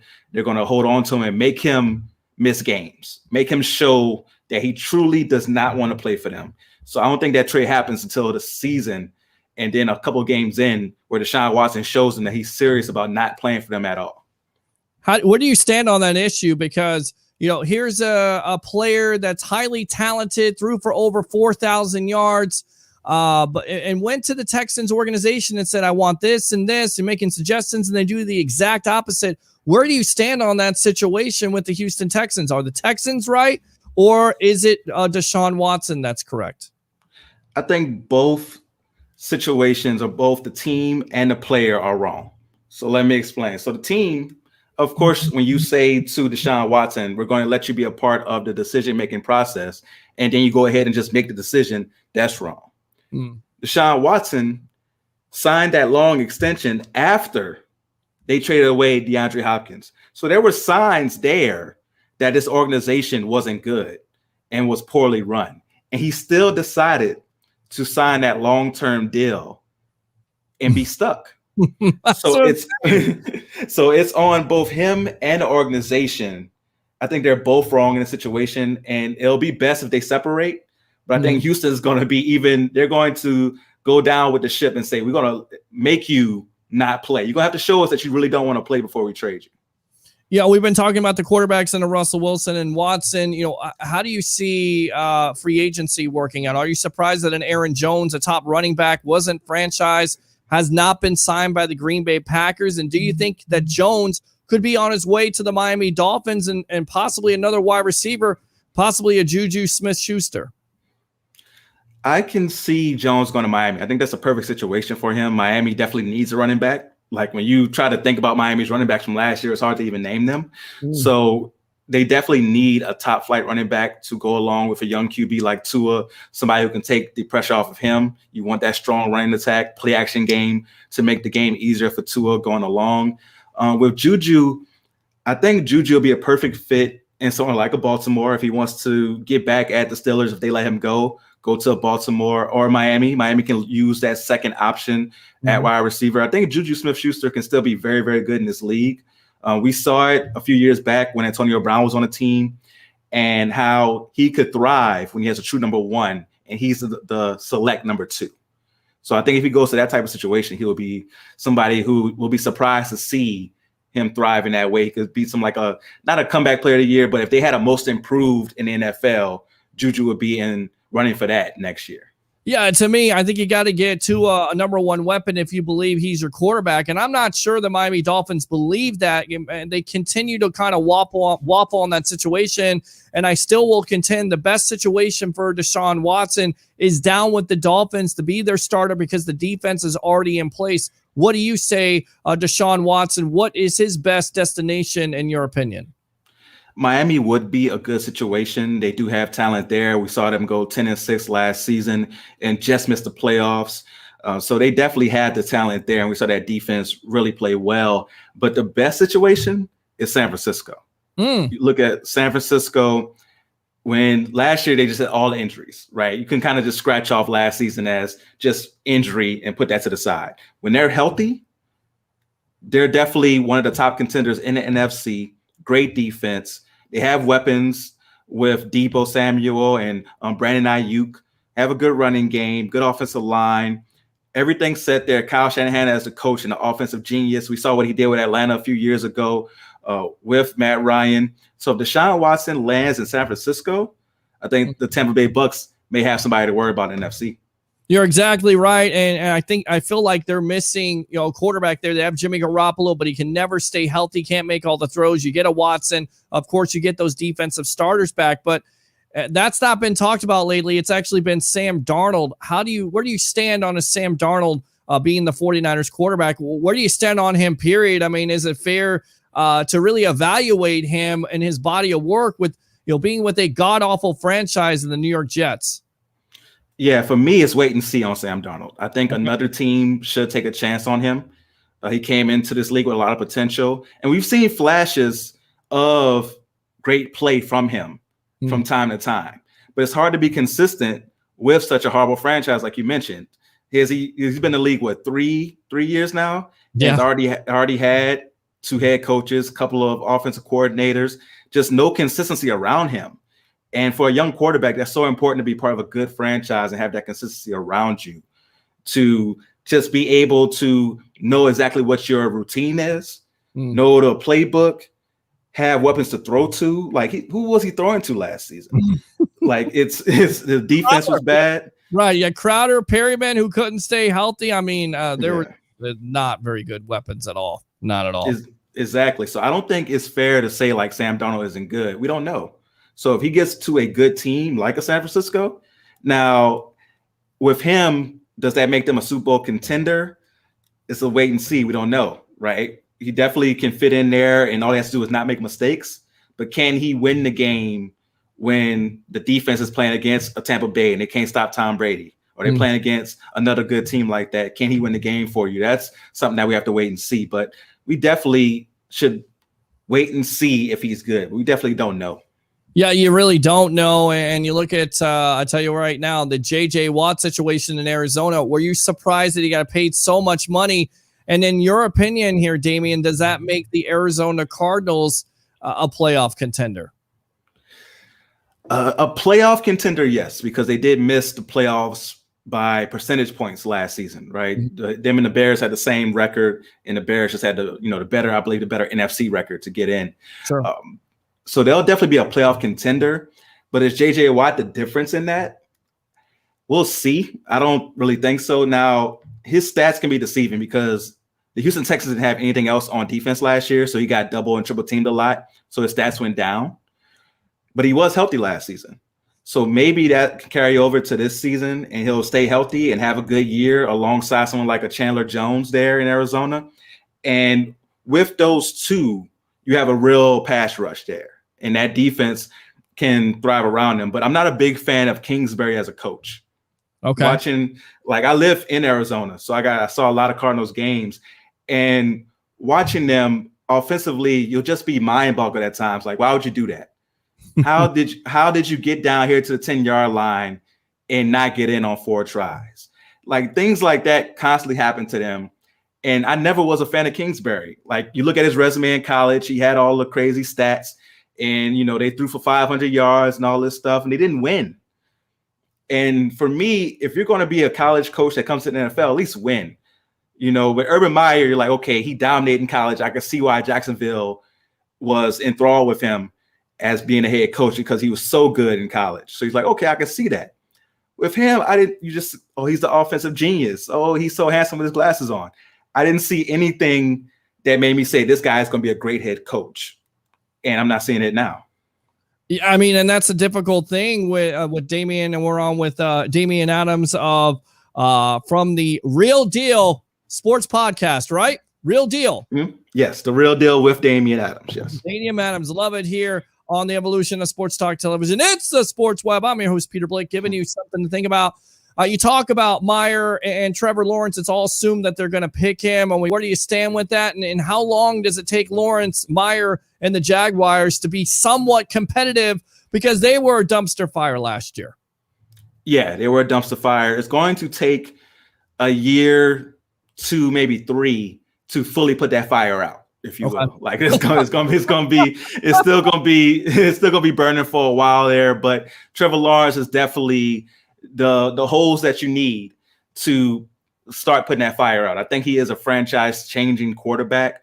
Urban Meyer, I'm not sure on Urban Meyer, right? His history in college was great, right? Everywhere he went, he won, but he also had baggage everywhere he went. And he's already had some baggage in the NFL. He made a bad hire and had to, back it up, apologize, and fire the guy.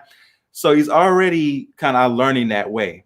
And with college coaches, are they able to handle professionals? You can't talk to these guys any type of way. You don't have the power here. In college, you have the power because you have players who are trying to make it to the league.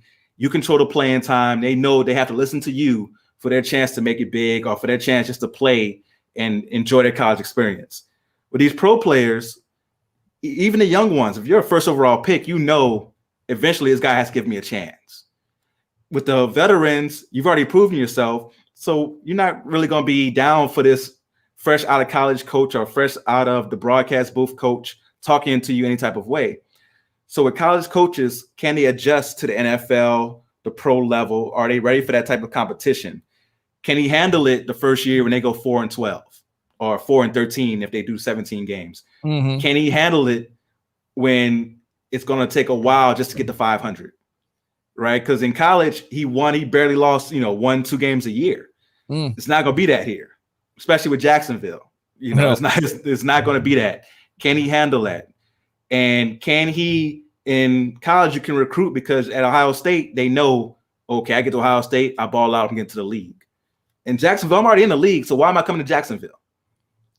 Let me know. You got to tell me a reason for me to come to Jacksonville. Are we going to win? Are you going to give me a Super Bowl? Are you going to pay me the most? There's got to be a real reason. It's not going to be just playing time. So there's a lot of adjustments he has to make. I'm definitely, excited to see what happens, but it's going to take a few years. I would say 2 to 3 years for them to get competitive. But I do believe in Trevor Lawrence as a generational quarterback. Speaking of generational quarterbacks or being paid as such, Dak Prescott, how do you feel about that contract extension by the Dallas Cowboys? They had to do it. They had no other choices at that point, right? Yeah, they had to pay him. Because if you go into this year with a franchise tag on Dak, he balls out. Let's say he stays healthy this year, balls out, goes into next season as a free agent, right? Because to franchise tag him a third time would cost you just a mega amount of money. That would be a dumb choice to make. You wouldn't do it. Sure. So if they went into this year with the franchise tag, that's franchise suicide pretty much. You have a top 10 quarterback that doesn't grow on trees. It's very hard to get a top 10 quarterback. Ask the Chicago Bears how hard it is to get a top 10 quarterback in this league. They've been trying to get one for 80 years. It's very hard to do so. So if you have a top 10 quarterback, you have to lock that guy in. And the reason that the negotiations went Dak's way, this way, the no trade clause, the no franchise tag clause, is because Dallas backed themselves into a corner trying to play hardball. They could have signed him last year, right? With these same terms and with less money probably if they would have signed him last year. But for some reason, they wanted to play hardball with his contract when they were so willing to give money to Ezekiel Elliott, who's not living up to his contract. So willing to give money to Amari Cooper. When Dak Prescott is your franchise. Once he got hurt, we saw that, right? Because their defense was so bad when he was playing, and he was keeping them in games, throwing for 450 yards, 500 yards a game. And then once he got hurt and Andy Dalton got put in there, we saw exactly how much they needed Dak Prescott. So he definitely deserves all the money that he got. The signing bonus is crazy. I can't imagine just knowing I'm going to have $66 million come into my bank account for signing a piece of paper. Just craziness. But he definitely deserves it, though, because he is, like I said, a top 10 quarterback you have to pay this way. And Dallas backed himself to a corner where they had to do it. Looking and to pay him that way, does that hinder them from putting a team around him? Because I look at Tom Brady doing this contract extension today, freeing up a $19 million. You've seen him throughout his career do this type of thing. Do you feel like we haven't seen Patrick Mahomes do it? Do you feel like eventually this is going to come back to haunt the Cowboys, even though we agree that they had to do it? How much money is enough at that point where it basically stops you from putting a team around your franchise quarterback? What's going to come back and haunt the Cowboys is the Ezekiel Elliott contract, the Amari Cooper contract. Because we all know you got to pay the quarterback. So what you have to do is be smart at other positions, right? So with your running back, you don't give your running back a $90 million contract, right? especially if it's someone who has had problems staying on the field, not just health-wise, but suspension-wise with Ezekiel Elliott.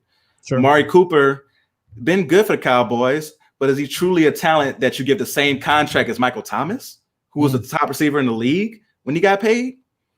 There's no way those two guys should be making the same amount of money. So you got to be smarter on those contracts. I think that's what's going to come back to hinder the Cowboys.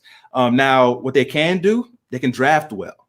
That's how you make up for it. So whenever you have the quarterback who's making a crazy amount of money, you have to draft around him. That's what the Saints did these last few years.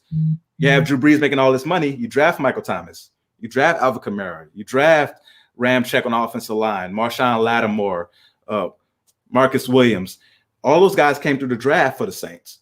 We drafted so well that we were able to have a good team around Drew Brees making that much money, and all those other players are making their rookie salaries. Now they're not now. That's why we're in salary cap, the situation we're in now, because those players were good and got paid. But at first, those first few years, you can maneuver so much when you draft well, and that's what Dallas has to do. Yeah, that's definitely what Dallas has to do, and that's what other NFL teams have to do to, basically sustain that success. And you look at the Tampa Bay Buccaneers and especially the Saints, and I always give kudos to the Saints because they do it right. They draft within the lines, the trenches, offensive line, defensive line continuously, and that's why they continue to stay competitive. Good stuff, my friend. Go ahead and promote yourself here on The Evolution. Thank you so much for having me, man. I always enjoy coming on the show. Congratulations again to Bucs Nation and all the Bucs fans. You guys won a Super Bowl. So I can't be mad at it. But you can find me on all social media platforms at The Real Deal WDA. That's The Real Deal, W as in whiskey, D as in Delta, A as in Alpha. I have 2 podcasts, The Real Deal with Damian Adams, which you can find on all podcast platforms. On that show, I talk NFL, NBA, and boxing. And the 3rd and 3 podcast, which I do along with Jason Fearman and Nikki Jest. Much more football on that show, but we also do some pop culture, some trivia. We have a lot of fun on that show. Both shows are really fun. You'll enjoy them. So if you listen to podcasts, wherever you listen to podcasts, go ahead and subscribe to both The Real Deal with Damian Adams and the 3rd and 3 podcast. And thank you again for having me. I really do appreciate it. Absolutely. Got to ask you this. He was known as a cheater in baseball for taking steroids numerous times. So why would anybody be surprised that A-Rod with a J-Lo and most likely cheated on her? What are your thoughts on that situation? And then we'll get you out of here. Oh, man. Something must be going wrong with J-Lo, because you think about it. She's been engaged how many times now? I saw a meme with her with the hand from the gauntlet with all the rings on it. So there's something going on both ways there, right? Right. A-Rod, of course, you never want, you don't promote cheating. A-Rod is wrong for what he did. If he got caught up, you don't want that to happen. But J-Lo's doing something wrong because she's the common denominator in a lot of failed relationships. So there's something going on both ways there. Well, A-Rod just loves him some A-Rod. I mean, just going back to T-Lo, I think that's what it comes down to. J-Lo, she's getting up there, but she still looks good. So you would expect her with somebody most likely younger than A-Rod. Had to ask you about it. Good stuff, Damian. Thanks a lot for your time here on the Evolution of Sports Talk Television. All right, boss? No problem at all, man. Thank you again. All right, don't be a stranger, Mr. Damian Adams from the Real Deal Sports Podcast, Definitely check that out. We'll get him on the Sports Web, brought to you by Advanced Auto Parts. Let's go back out to the web heads. And now the phone lines are open if you want to call in. I didn't want to ignore you, but I definitely did not want to be disrespectful to my guests. 727-255-0391 and 727-255-0391. AB can be 6. Well, he's been a lot better than 6, that's for sure. I'm so pumped already for next season, says James. Carl says, hell yeah, just waiting to hear Barrett is back for years. And again, if that news breaks, we will have it here on Bucs Report. I'm not going anywhere. I have no social life. That's the way it is here on the Sports Web, especially before the free agency signing period. I will be here to report it for you, report breaking news. All the guys here, of course, do a hell of a job. Rick Hughes from the Cheap Seats, What's Cooking in the South, Gene Thomas right before me with the Tampa Bay BAE Sports, Tampa Bay Sports right there. his co-host. You've got What's Cooking. Again, we talked about that. Tampa Bay Ray Kennedy, Cup of Ray on Sundays.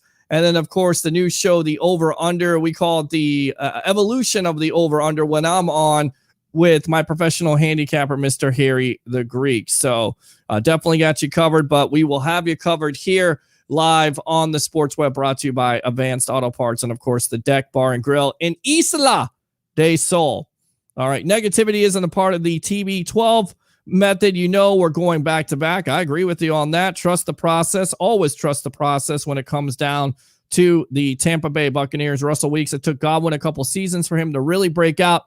It looks like Tyler Johnson is headed the same way. I love to see him play more this season. That's certainly a possibility if they don't re-sign an Antonio Brown. But even if they do, I would still see Johnson having some receptions. Of course, he had some big catches, a big catch versus the Saints in that NFC divisional game. Let's go out to Mr. Roger Shue. Bucs are the 4 horsemen level good. I like that. Very good. Also got a message from you for Roger Shue. We got to get you on the over-under with Harry the Greek because Harry, my professional handicapper, really appreciates you as being a Bears fan and also as a sports fan. I just call you a troll on this show. But he's good people, so we'll definitely get him on the show if we can get him. Nope, says Mike. Chris says, good bet on White. Thank you very much. Carl Hardy says, Peter, I'm telling you, you're right now, sir. All right, I like it. Yes, says Tempeso. You can Ben Israel. Jason Light was spotted in Norman, Oklahoma, talking business with Lincoln Riley. Stop spreading rumors like that. We know that's not true because you got Bruce Arians, you've got Byron Leftwich, and you got Todd Bowles. There's no way he's talking to Lincoln Riley. If he was, it was about a draft prospect from Oklahoma. Bucs defense versus Jameis is going to be fun. Carl says, if they even sign him. Tom Peso says, what do you mean the terrific one? Don't need husband's money. He's the only one that should be paid the money. The Lord of the Rings deserves more respect. There's only one GOAT. Well, what we were saying is he's taken less money in his career, not only because of his wife, but also because of the team concept. And going back to Levante David's comments, and we didn't really get a chance to focus on him, but we will right now, with receiver Chris Godwin doing his franchise tag, and then me signing my contract, Tom doing his thing with his contract, the Bucs are just kind of moving on. Hopefully, it will be a domino effect, trying to get guys like Shaq, Sue, Gronk, AB, Lenny, everybody to fall in line. All I can say is hopefully everything will work out, and it seems like people are doing something to make that happen, the Tom Brady effect. It definitely feels like having the whole gang come back and try to win championships. And again, that's what it's all about, winning championships. Not one, oh, I'm not going LeBron James on you. No, I ain't doing that. But they're going to try to run him back. They are, absolutely. So, also from David, I'll tell you what, let's read these comments, and then we'll get more into Levante David's comments at his presser today. Let's see. Go Bucs. Thank you very much. Charles Wilson, Lenny is not going anywhere. We shall see. Richard says, Sue signed, not yet. He has not. James says, go Dodgers. I love that when they pulled Snell, but let's keep it Bucs related.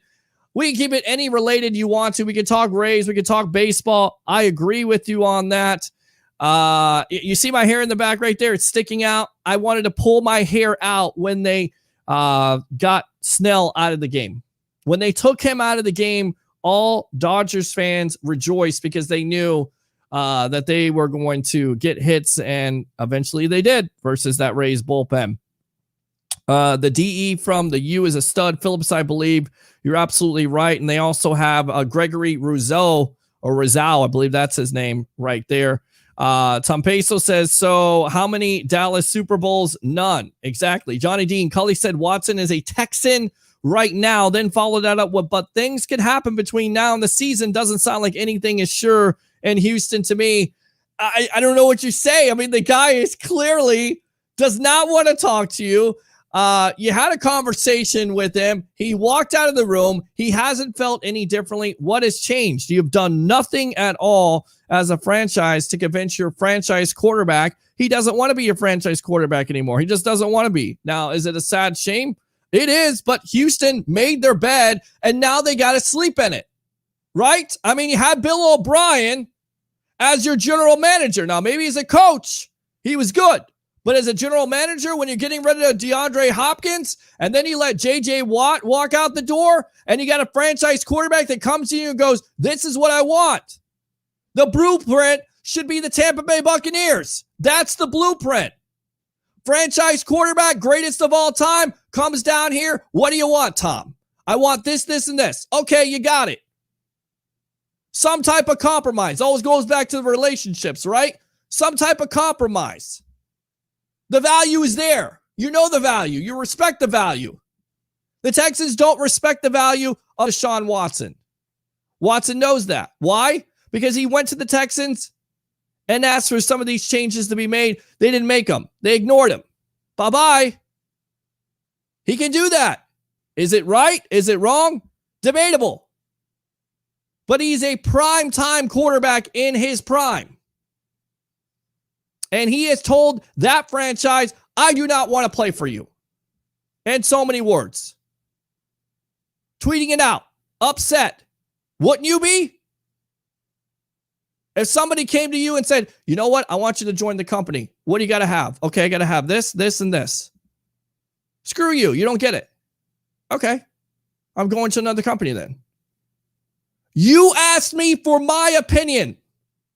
My biggest pet peeve in life. Somebody asked me for advice. I give it to them. Do the opposite. Come back and ask me for advice again.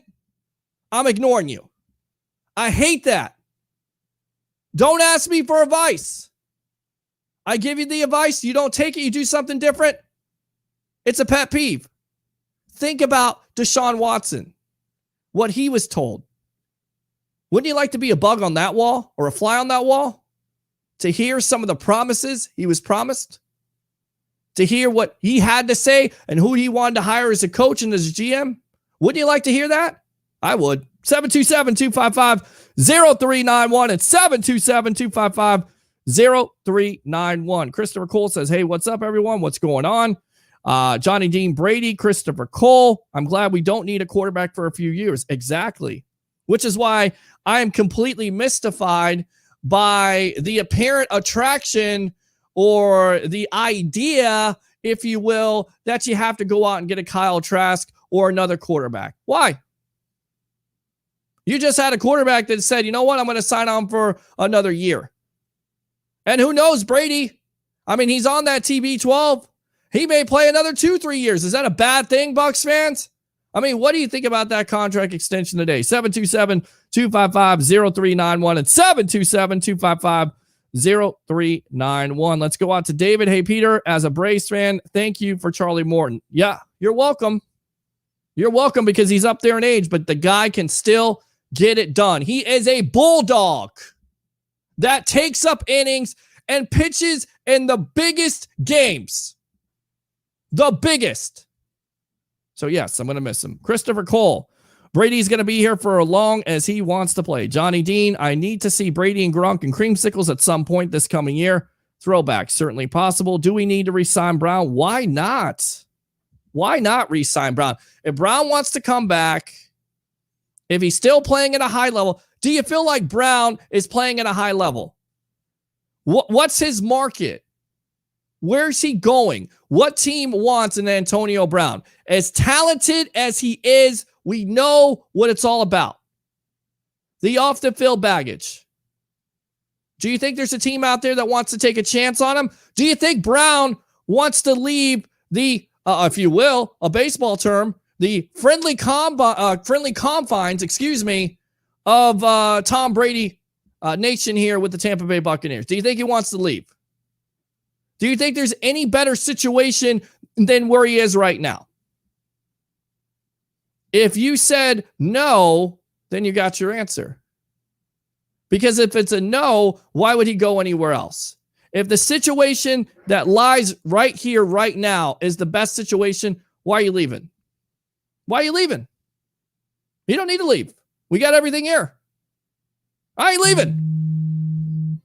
God, I had to go all Wolf of Wall Street on you. I had to. Johnny Dean, welcome to the Evolution. What's on your mind?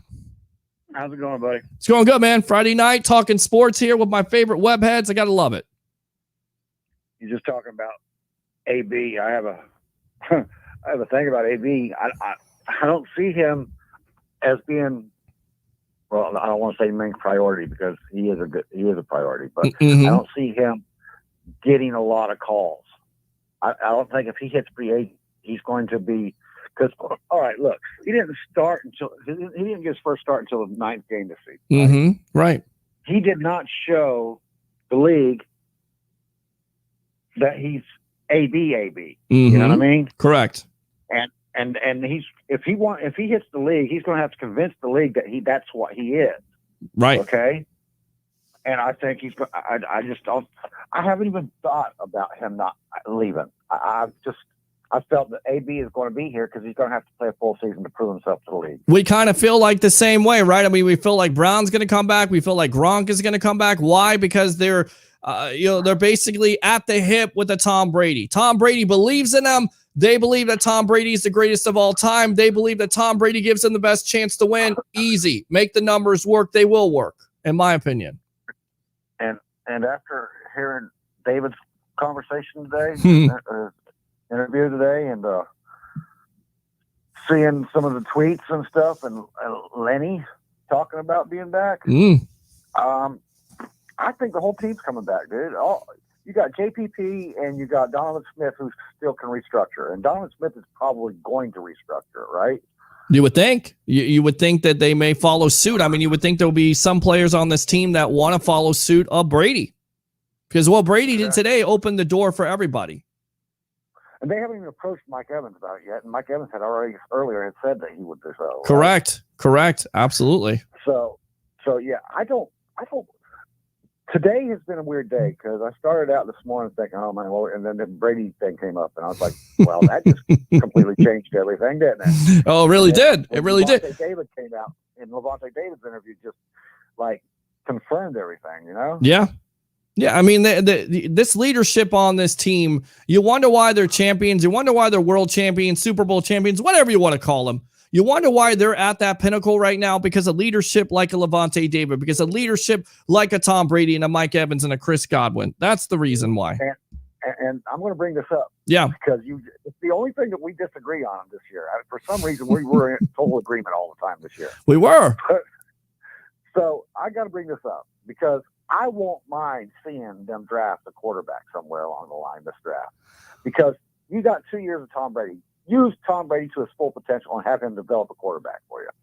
It's a good point. I mean, are you gonna do that in the first round when there's a defensive tackle out there? There's possibly no. I mean that's right. I mean, Trask ain't even expected to go until, and I don't think actually Trask would be a perfect person to develop behind Tom Brady because he's not mobile. He's more of a Tom Brady type of guy. But, right, big guy, big kid. I like Trey Lance, but he's not going to be around. Well, he could go number 8. I looked at Mr. Lance today, 17-0, and did some research on him. His statistics are actually better than Carson Wentz. And look, he only played 1 game this year, but he definitely has the potential. The thing that I was kind of disappointed about was he was only going to participate in this drill. He wasn't going to participate in all the drills. Look, that's your pro day. You'll have that competitive run. That's he doesn't need to put 40 out there. No, I still like to see him. Everybody already knows how fast he is. I still like to see, for me, I want a quarterback that wants to compete at every level all the time. I want him to be upset about losing at every facet of his life. If he wants, it's kind of like Jordan, right? Look at Michael Jordan. He never wanted to lose games. He was a poor sport. That's the type of quarterback I want. And, for me, that was kind of disappointing. But besides that, everything checks out on this kid. And you're exactly right. He may turn out to be the best quarterback out of this whole bunch, has the most potential. So I will take that back and definitely agree with you. I'll be watching him this year because of you, Mr. Johnny Dean, the professor. Yeah, I wish they didn't have a pro day, because after his pro day, his ranking went up to number 2 now. Well, everybody's trying to rank up to number 2. I'm like, oh, come on, man. I miss the combines. I really do. I miss those combines. I miss it this year. It just doesn't seem right, and I hope they bring him back. So, right. But somebody like Trask or somebody, somebody to develop behind Gabbert. Because Mhm. if Gabbert's going to be the answer after Brady, then I'm not going to argue with them because they've been smarter than me all along, right? Sure. So, Sure. but if we have to go that way, unless they're just not drafting a quarterback because they figured that the entire coaching staff's going to be gone, and I don't see that happening either. Well, I told you who I think the next coach of this team is. It's going to be Byron Leftwich, in my opinion. I really do. I feel like they've groomed him for it.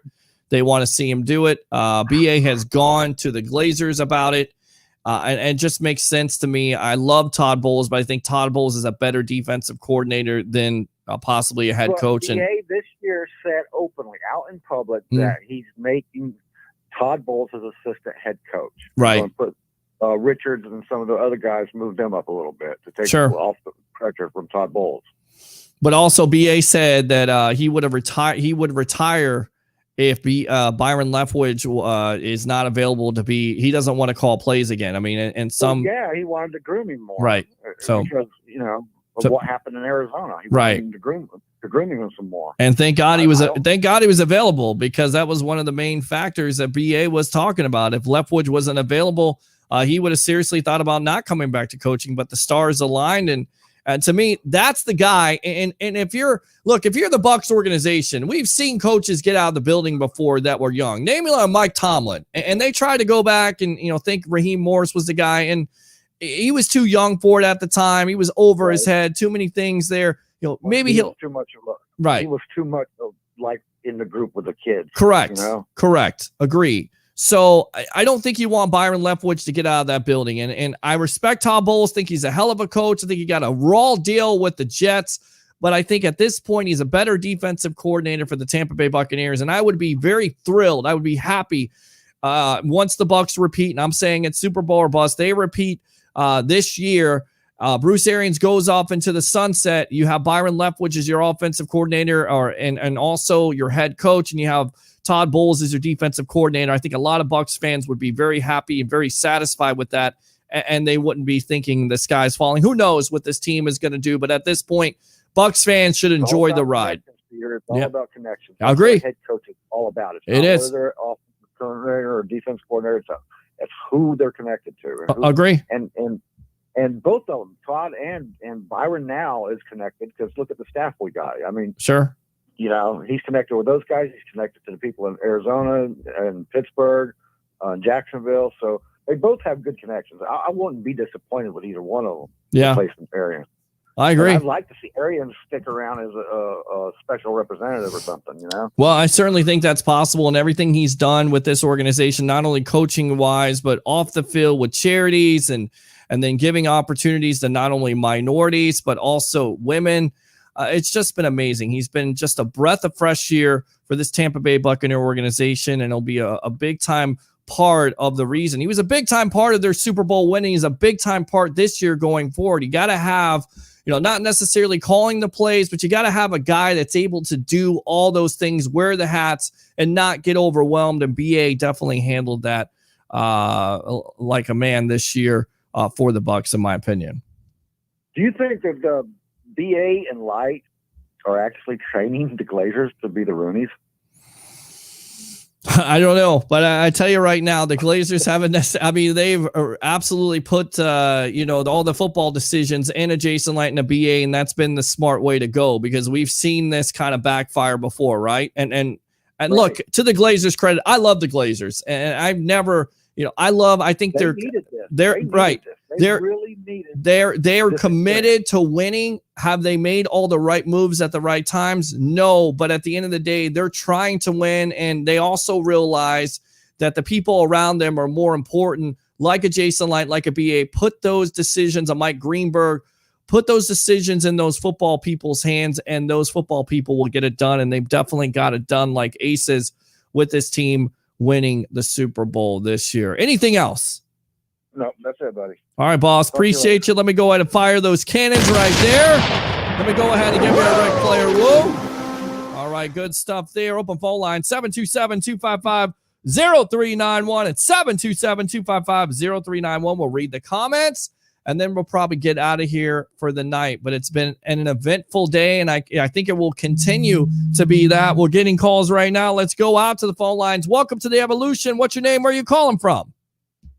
Hey, Pete, how you doing? Steve Glasgow. What's up, brother? What's going on, Steve? Freddie Coleman on ESPN tonight. That's this guy right here. How you doing? What do you think about Tom Brady and that extension today? Excited about it, especially that it frees up $19 million. Right. That's crazy. That's amazing, right? Absolutely amazing. $19 million in cap space. Yeah. And, I love the professor. JD's super sharp guy. Very, very smart, knows his stuff. But there's one thing I do disagree with you both on. Man, if you guys think there's no market for AB, you are out of your mind. Well, I think the market for AB, it's going to be a little bit weird, if you will. A couple years ago when AB was at the top of his game, you wouldn't dare have me say that there wouldn't be teams competing for his services. But the problem is AB and the off the field stuff, you still have that off the field stuff. And because Brown wants to play with Brady, I think there's a lot of teams out there that assume that he's coming back to the Bucs. That's not to say that somebody may not kick the tires. I just don't think there's going to be 5 or 6 teams knocking down his door to get him like there was in the past. Is that fair? Well, you might be right. That may not be 5 or 6, but I'm sure there's probably 3 or 4. Yeah. Remember, Seattle was willing to sign him with all the baggage. Seattle was willing to sign him, and he chose to come to Tampa. True. And now that he's put in a body of work, think about it, in 8 games, the guy got nearly 600 yards in the regular season. Agree. In 8 games. 45 catches, the touchdown run that he had in the postseason, he was getting hot. And to me, I think AB's looking at it from the situation of, look, I get a chance to play around Mike Evans. I get a chance to play around Chris Godwin. I get to play with Tom Brady. My numbers are only going to increase with me being comfortable in the system. I get it. Why would you want to go to Seattle at this point? You don't even know if you're going to have a quarterback in a Russell Wilson, if he's even happy. And at the end of the day, it may be about money, but AB's made lots of money at this point. I think, the team attitude that I'm getting from Levante David and Tom Brady and maybe a Shaq Barrett is that they want to run this back. They want to see if they can do what the Patriots did in 2003, 2004, and that's win back-to-back championships. So I agree with you on that. Brown is highly talented. Maybe the Rams, that's been mentioned on CBS Sportsline, some other teams, possibly the Ravens because of his family connection. But at the end of the day, I would say AB will be back in a Bucs uniform next year. I agree with you on that. The other thing that you and I probably agree on that maybe that's what I disagree with. He doesn't like the idea of not going to get a college kid as a backup QB. I don't think we need one. My personal belief is I personally, and I know a lot of people probably disagree with it, I like Blaine Gabbert. I agree with Jason Light. I like Blaine Gabbert. I think that you have a good, solid running game, a good, solid defense. Sure. He's a serviceable quarterback. Yeah. Sure, after Tom leaves. Yeah, he's a serviceable quarterback. I just don't know if he's your future. He's a backup right now. Yes, I don't see him as being a future. I think Jason Light was kind of trying to play with us a little bit. Maybe not necessarily give away his plans, kind of play a poker game, if you will. What is he supposed to say, right, Steve? I mean, Blaine Gabbert's a terrible quarterback. Of course, he's not going to say that. He's going to say he believes he's the future quarterback. But at the end of the day, we know what Blaine Gabbert is. He's a backup quarterback.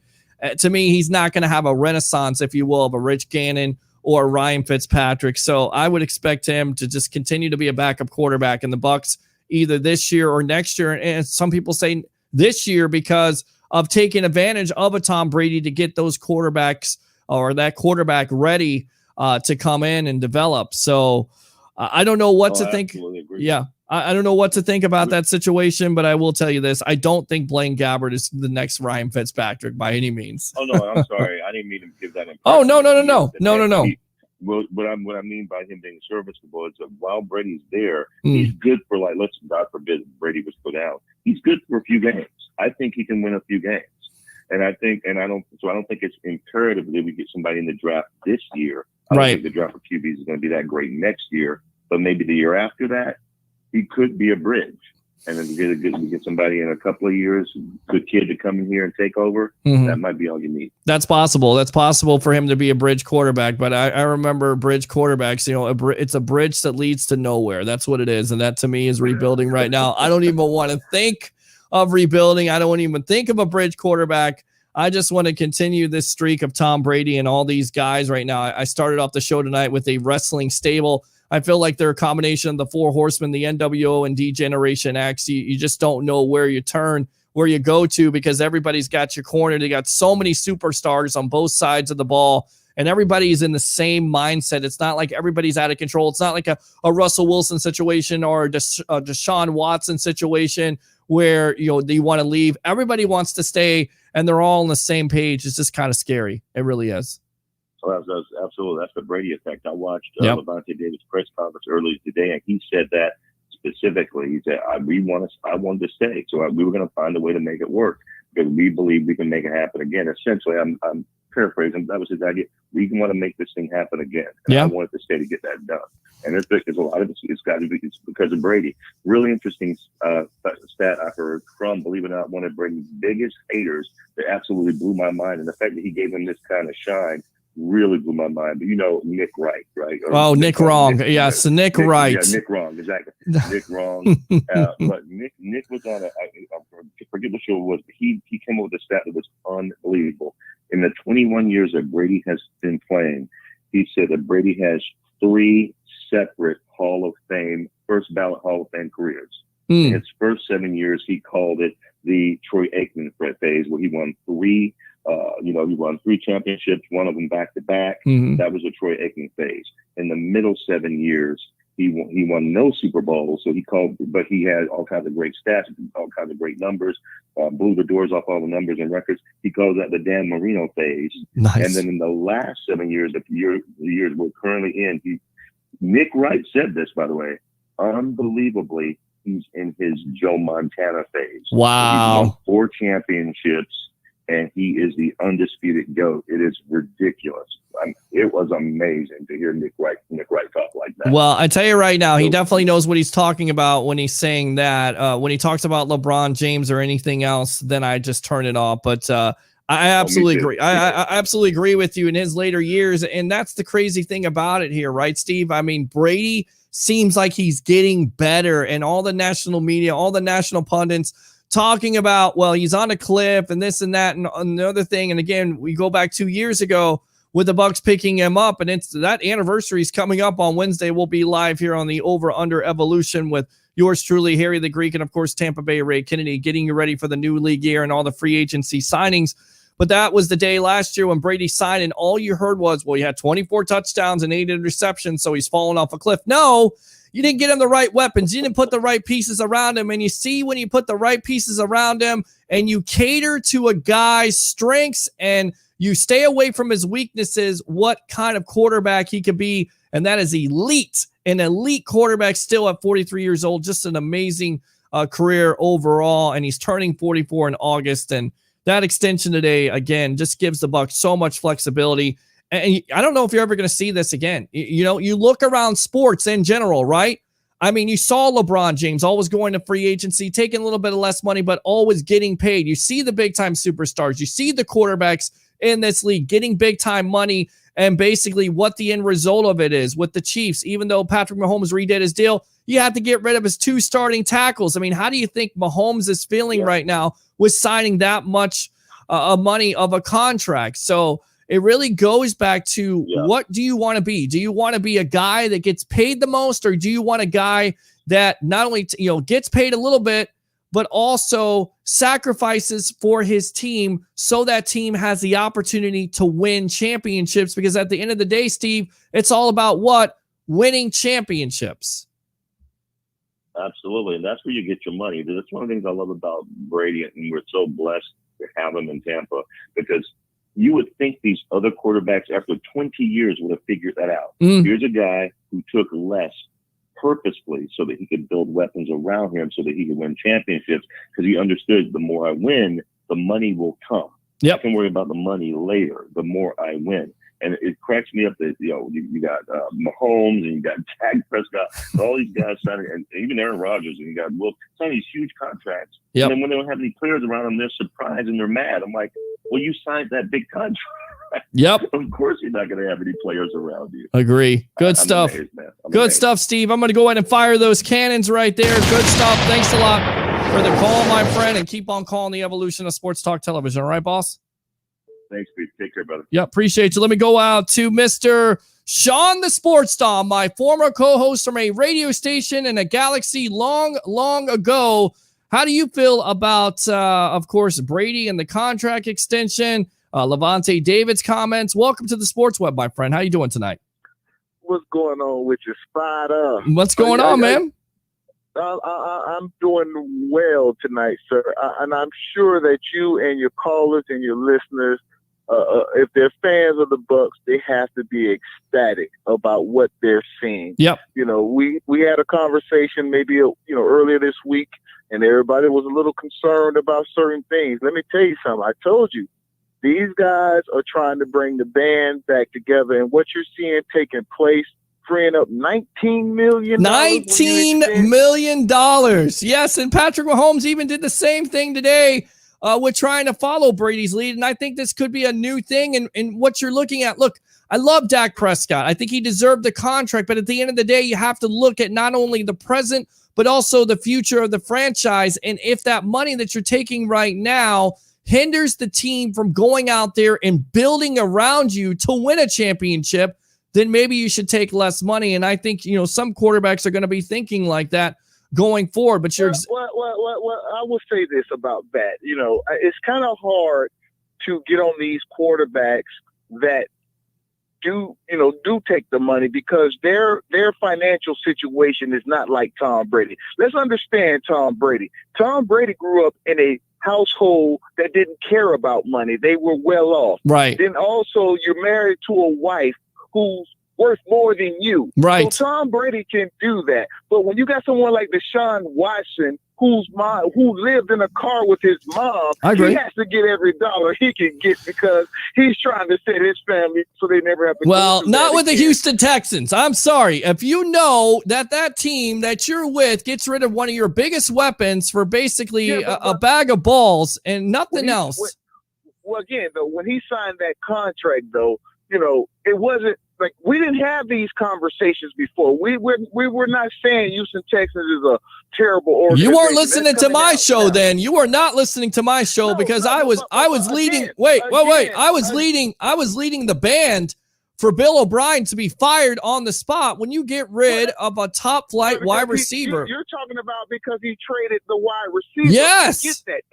Everybody was on that, but I'm saying just because you trade the wide receiver doesn't mean you are a bad organization. Absolutely you are. You trade a DeAndre Hopkins because he wants to get paid. He's their biggest weapon for a Watson. You take his biggest weapon away. He's supposed to be your young franchise quarterback, and you take his biggest weapon away. That's foreshadowing, my friend. You traded for David Johnson. You could have got 2 first-round picks for Hopkins at least. But here's the thing, though. Again, though. I'm talking about Watson taking the money because, again, you're giving that man almost $200 million. He's trying to make sure his mom and his kids don't have to ever sleep in a car ever again. I agree with that, but go to free agency, force them to franchise you, force them to trade you at this point. No, you get that money. A bird in the hand is better than a bird in the bush. Yeah. So I'm not gonna go down that road because everybody's financial situation is different. I agree. Okay? Everybody's financial situation is different, but at the end of the day, my Mimo used to tell me you make your bed, you sleep in it, and with the Texans, he's made his bed. And look, I agree with. But he has that money though. But he also doesn't want to be there anymore. And that money. Wait. That money may be holding him back from going somewhere else. So if he, basically says, I don't want to. Let me tell you, there's a lot of teams out there right now that will pay Deshaun Watson whatever he signed that contract for. It's just a matter of whether or not Houston wants to trade him. Right. Because right now, he is considered top 3 quarterback. I will never disagree with you on that, but at the end of the day, Houston is looking at it from the standpoint of we want 3 first-round picks. If you're starting the conversation with Russell Wilson with 3 first-round picks, we got a younger guy here in a Watson who's thrown for over 4,000 yards. We got to start the conversation with 3 first-round picks. And to tell you the truth, he may be stuck. He may hold out, or he may have to play for this dumpster fire of a franchise. Well, we'll see about that. Because right. If he sits out, which he said he's willing to do, right. Well, we'll find out. And that's going to be over there. But I guess my original point was this: is I've been seeing this online this week or today, especially after Tom Brady did what he did. Tom Brady's always done this. Right. Again, taking less money or not. I wouldn't say less money because again, that $28 million he was on the hook for this year, he's still getting that. They just spreaded it out. Correct. So he's still getting that $28 million. Sure. So all I'm saying is let's not say that that's what you need to do because everybody's position is different. And I can tell you this right now. I don't have a significant other that makes $500 million, that's worth $600 million. Well, of course you don't. You're cheap. And if I'm the only breadwinner, I'm telling you, if I got to get this bag, I'm going to make sure my mom don't have to lift a finger again. I'm going to make sure my kids don't have to lift a finger again. I'm going to make sure, my brothers and sisters are taken care of. So I get why some of those players do that. Having said that, going back to the Bucs and what we have done, your coaches told you you're not going anywhere. Nope. And what they're doing is doubling down on this. And I think we talked about this last week. They've already known what the salary cap possibly could have been. Of course they did. They've already been putting this stuff in place. And make no mistake about it, Shaq Barrett will probably be signed somewhere before Monday. Yep. I just want you guys to know that. Well, we'll have it right here when they re-sign him, which I expect them to fully do. We'll get into Ian Rappaport's comments on the Rich Eisen show there and then just a little bit after we get off with Sean. But once they do get that official, we'll get on here on the Sports Web and we'll get everybody's comments and their feelings about it here live on Bucs Report.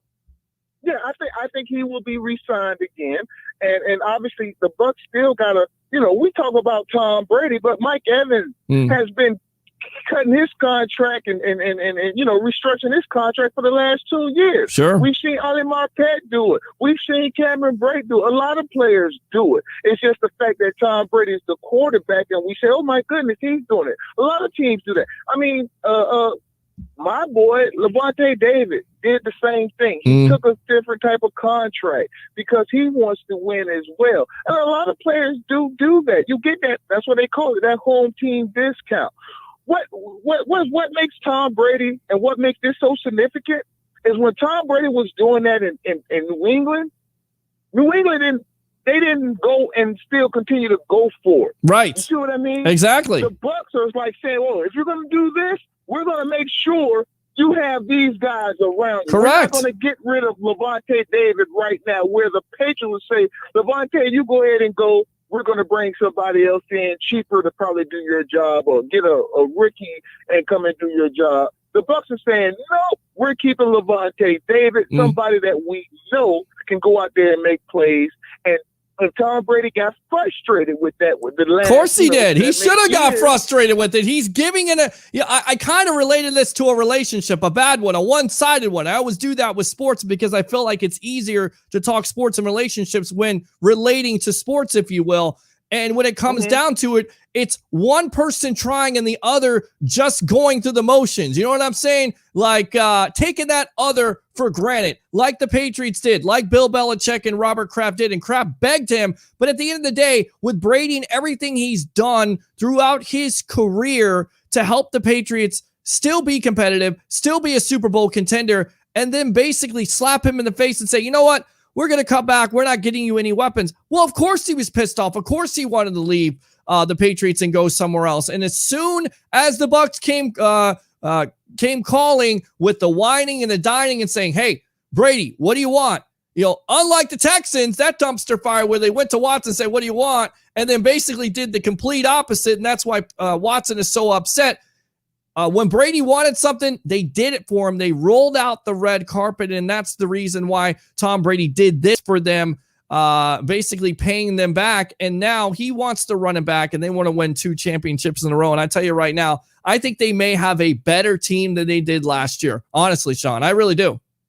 Well, and obviously that's it. Obviously, bringing back Shaq Barrett, maybe you're getting Sue and Gronk and everything like that. We can say that, but I'm gonna tell the fans this.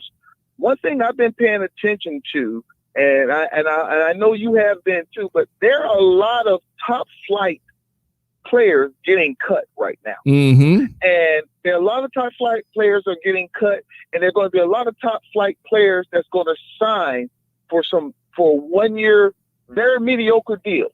Yep. Because a lot of teams are going to wait till next year when that salary cap explodes. So what I mean by that is, be careful and watch what the Packers may be able to sign. Maybe they can get that boy Butler, who was a Super Bowl king for the Patriots a few years ago. Maybe they can go ahead and get Trey Turner, who I just saw was released, who's been a 5-6-time Pro Bowl over there with the Carolina Panthers, who got traded to the Chargers. The Chargers cut him after 1 year. Like, there are a lot of top flight players that have been cut. That's going to probably take 1 year, 1 year deals. Sure they that are. will help some of these contenders that are right there. Right. That will make things difficult for the Bucs, and that's why I think it's imperative for the Bucs to at least bring back those guys that they've had, so we can have some continuity and see what a chip fall where they may. Because there are a lot of top flight. Look at the wide receivers that's out there, man. Oh yeah, there are a lot of top flight wide receivers that are out there. Can you imagine if like I said, the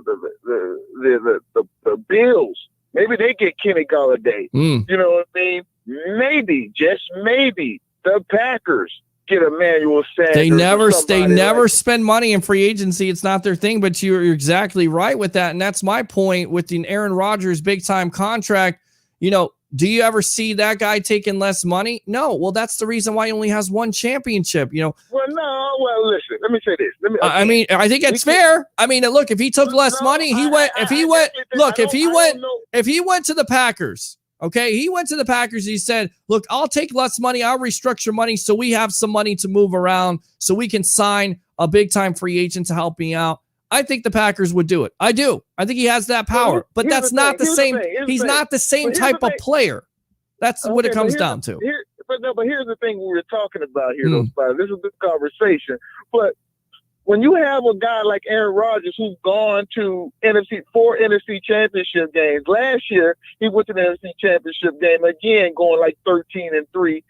It isn't because he makes a lot of money. It's because, one, you drafted a quarterback in the first round when everybody knew you should have drafted a wide receiver when it was the deepest wide receiver draft in the world. I agree with you on that. Okay, but the wide receivers weren't that bad. They really weren't that bad. The problem with that team, they may not be that bad, but if you draft that guy that went to Minnesota, you're probably a whole lot better. You see what I'm saying? That's fair. That's fair. So, and I heard people say, well, okay, Russell Wilson is complaining about his offensive line. Maybe you don't take as much Russell Wilson, but here's the thing. The Bucs have 4 players on their team that are all draft picks. It had nothing to do about signing free agents. They're all draft picks. 2 of them are on rookie contracts. So if your GM is drafted properly, right, it don't matter because your quarterback is making all that kind of money. Because I can guarantee you, every team out there has at least $30 or $40 million that they're paying guys from free agency, guys from the draft that are garbage, that shouldn't be on the team. And if you could put that $40 million to people that are actually good and not worry about how much the quarterback is making, then maybe you can go to the Super Bowl. And that's what the problem is. I cannot sit up here and say just because someone makes $34 million, the other guy makes $28 million. Doesn't help. Like that's $7 million of difference. That could get you the top flight wide receiver. That's where it comes down. That's where I'm at this point.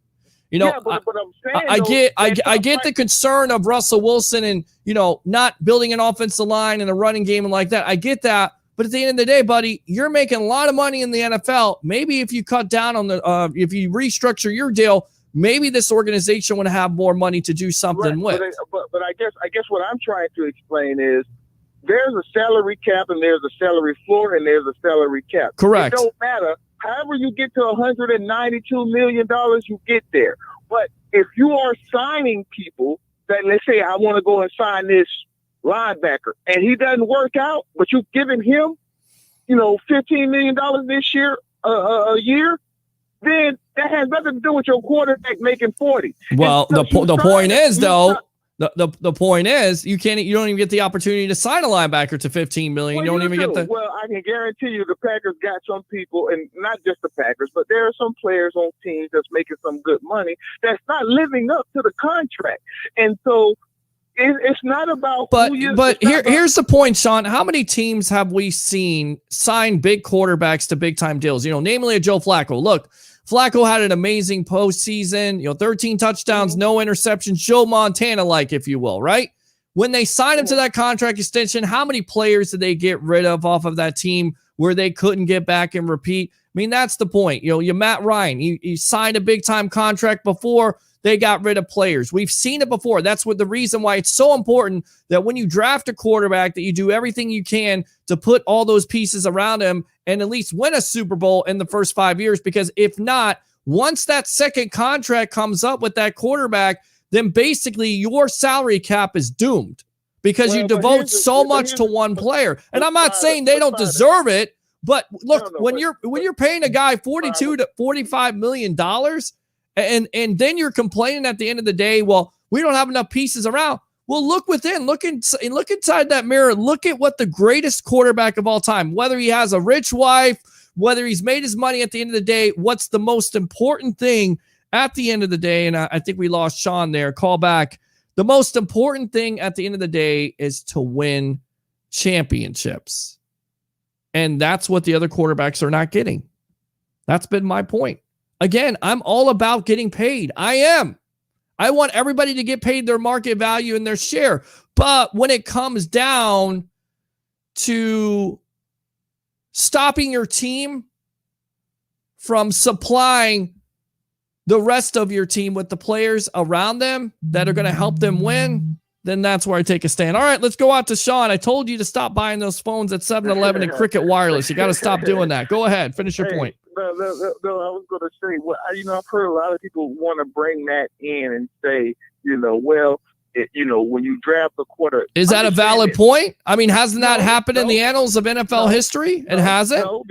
No, because first of all, we've only started doing the whole slate of how much you're going to make around about 2011, 12, somewhere in there. Mm-hmm. So when you look at that, since 2012, there has not been but maybe one or two quarterbacks who won a Super Bowl within their rookie deal. Everybody else was not on their rookie deal. So that is a fallacy.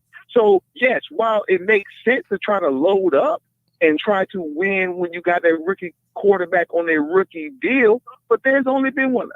Pat Mahomes, who, by the way, went to a team that was already a playoff team. So he didn't go to a bullcrap team. Right. We didn't go to a Super Bowl contender, but now look at them. Look at them what they did this week. They got rid of both of their tackles. But you got rid of both. You got rid of both of your tackles. You got Mike Remmers and whoever else is on that right side. How did that work out? They got rid of those guys because those guys are injured, and that's those guys are important. They're offensive linemen. You got to pay those guys, and I get it. You look at look at this. Look at this. Patrick Mahomes just did exactly what Tom Brady just did. He just restructured, sir. I understand that. So that's cool for him. My point is valid.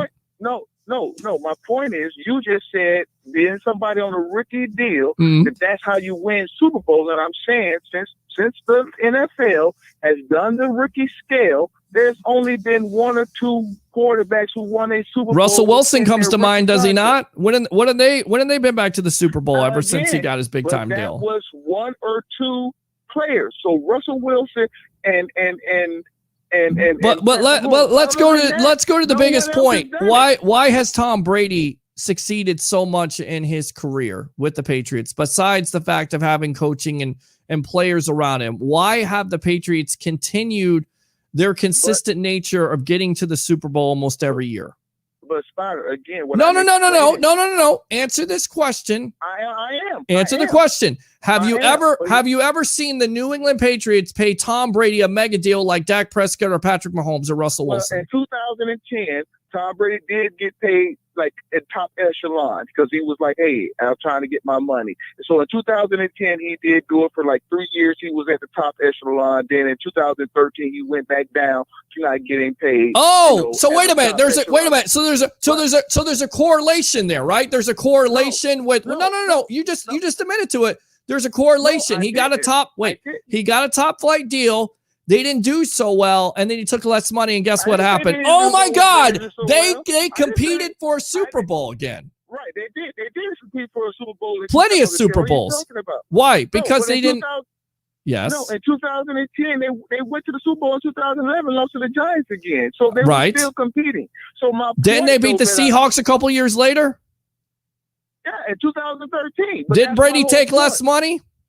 Not at that point. That's when he was coming off of it. But here's the point that I'm making. But he did take less money, did he not? Everybody is different. You cannot tell these guys whose lived in a car. I'm not saying that, but buddy, $126 million guaranteed is not enough. $60 million to sign the deal. I get it. You're good, bro. But $66 million? Come on.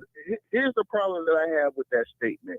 We do not tell people like, I don't know, Mark Cuban or Donald Trump, whoever who make all the money in the world. We don't tell them to take less money. We allow them to take as much money as they can and say, "Cool, let your family live." I don't have a problem with that, but you have to keep things in perspective. 66. Wait a minute. $66 million guaranteed. Your family's not going to be able to live. Your family's going to be able to live. Your kids are going to be able to live, right? And there are people. I understand that, but what people are looking at, Sean, is the fact of Dak Prescott Dak Prescott is taking all this money.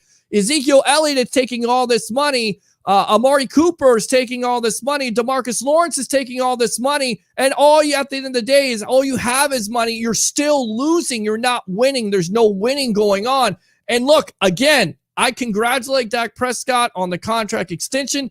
It needed to be done. What I'm concerned about going forward with the Cowboys and any team that signs these mega deals with these quarterbacks is the fact that what is it going to do? How is it going to affect the team as a whole? And if it affects the team as a whole, I guess this is what I would say to people like that. Again, one, your family, and when I say your family, I mean your kids and stuff like that. They cannot eat Super Bowl rings. Okay, they cannot eat winning. They can only eat what money you have. So when you have someone, let's say like the great Vincent Jackson, who passed away at 38 years old or something like that. Guess what? He can never make another dollar for his family. But you know what he did? He left his family as much money as he could right now for them to continue to carry on.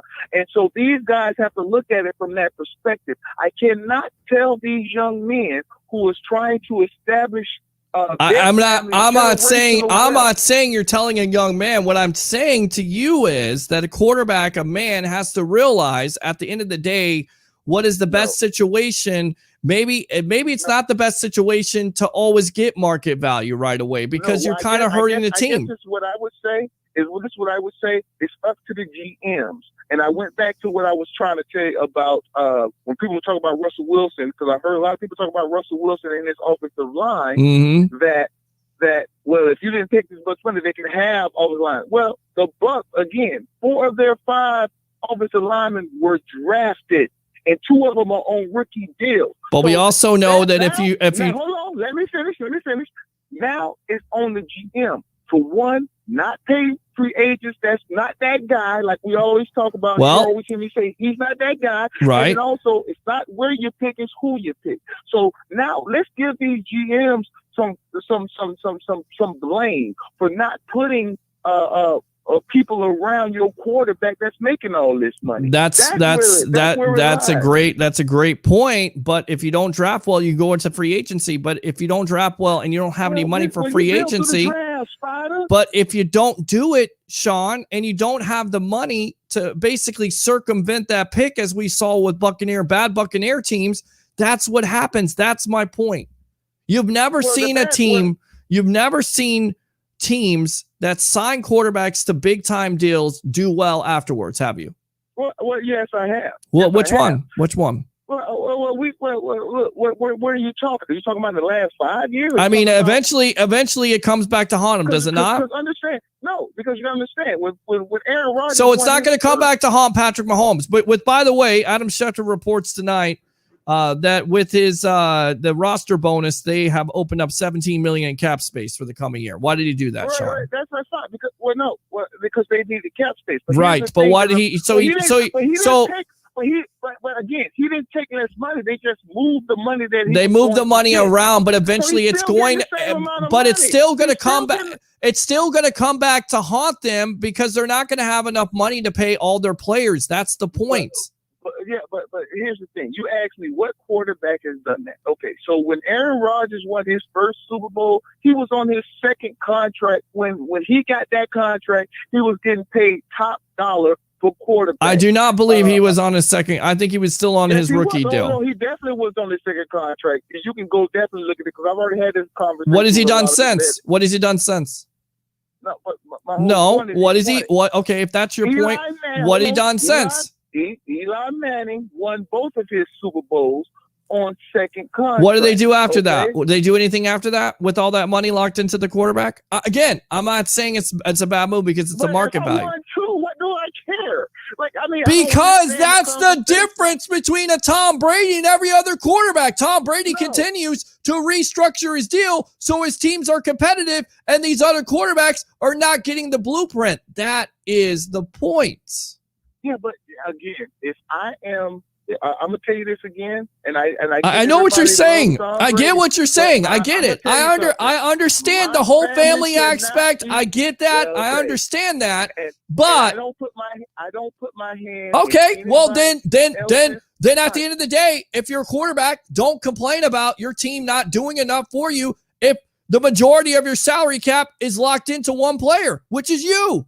You're the one that's complaining about it. I wouldn't talk anything about Russell Wilson or anything about Deshaun Watson, any of these quarterbacks at all with their big time contracts.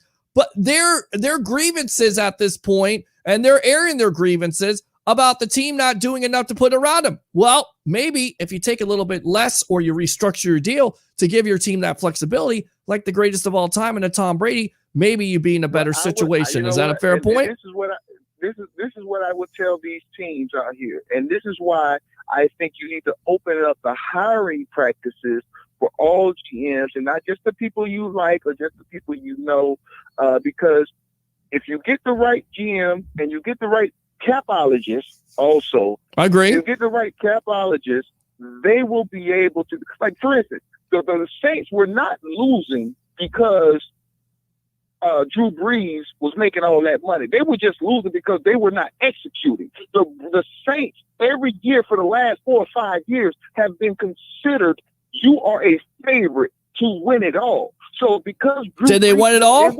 But did they win it all? Yeah, but that had nothing. But wait a minute. If they had some extra money to go out and get their, if they did, would they not? No.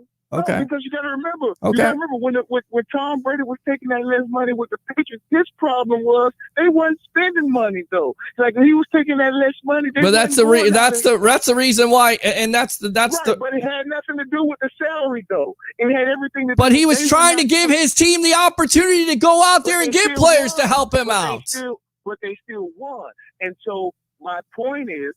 Tom Brady or the Saints, when they were still paying everybody else and had one of the best teams in the league and not winning, it had nothing to do with because Drew Brees was making $30 million a year. It had everything to do with maybe one time it was probably because of a bad call with the ref. And another time it was just, you know what, the other team played better this year. A lot of money. Again, it's a lot of money to devote to one player. And again, the blueprint has been shown. And I'm just wondering if this is going to be one of those things where, quarterbacks decide, look, I want to get paid, but if I take a little bit less or I restructure my deal to help my team out, maybe I win, maybe not. And that's the reason. Look, that's the reason why he's the greatest of all time, because nobody else is doing what he's doing. Nobody's doing it. I go back to this.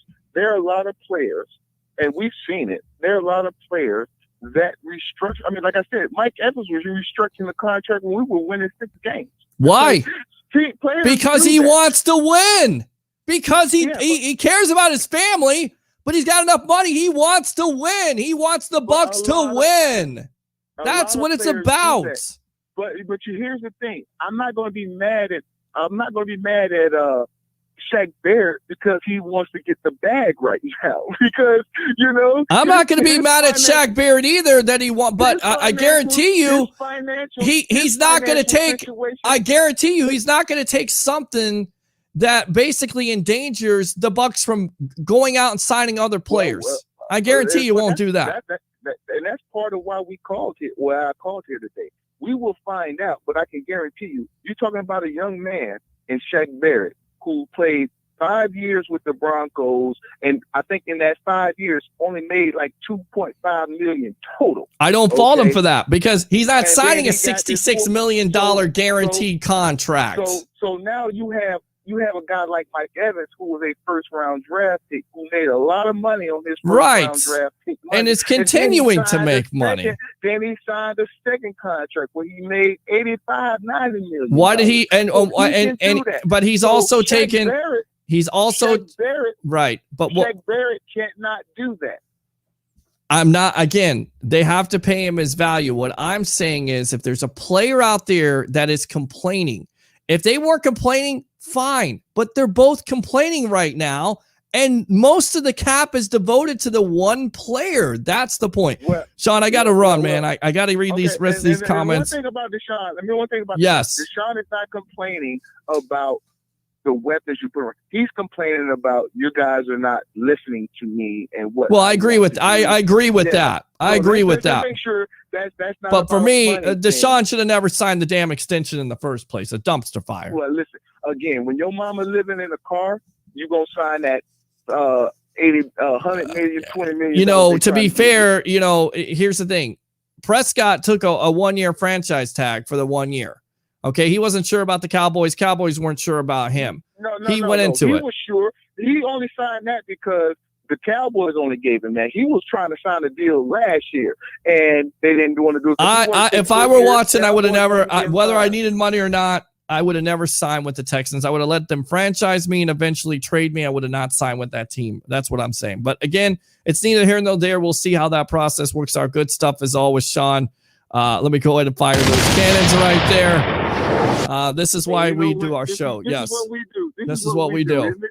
This is what we do. It's like old times, brother. Love you, brother. All right, there you go. Sean, the Sports Dom right there. Good stuff. We'll read the rest of these comments and I'll get out of here for the night. Don't get me wrong, right? I mean, hell, if I'm a millionaire, cool. I want to get my family. If I had a family, I mean, I don't have any kids. I've never been married before. I never had any of that. But if I did, of course, I want to pay my bills. Of course, I want to do all that. Of course, I want to take care of my kids. But what you kind of worry about with the Prescott deal, and I'm just saying a worry, is with all these big time contracts the Cowboys have paid, what is the future dynamic of it? What's the cost of it? Do they start winning? If they don't win, do you start cutting guys? I mean, what's the impact of the contract?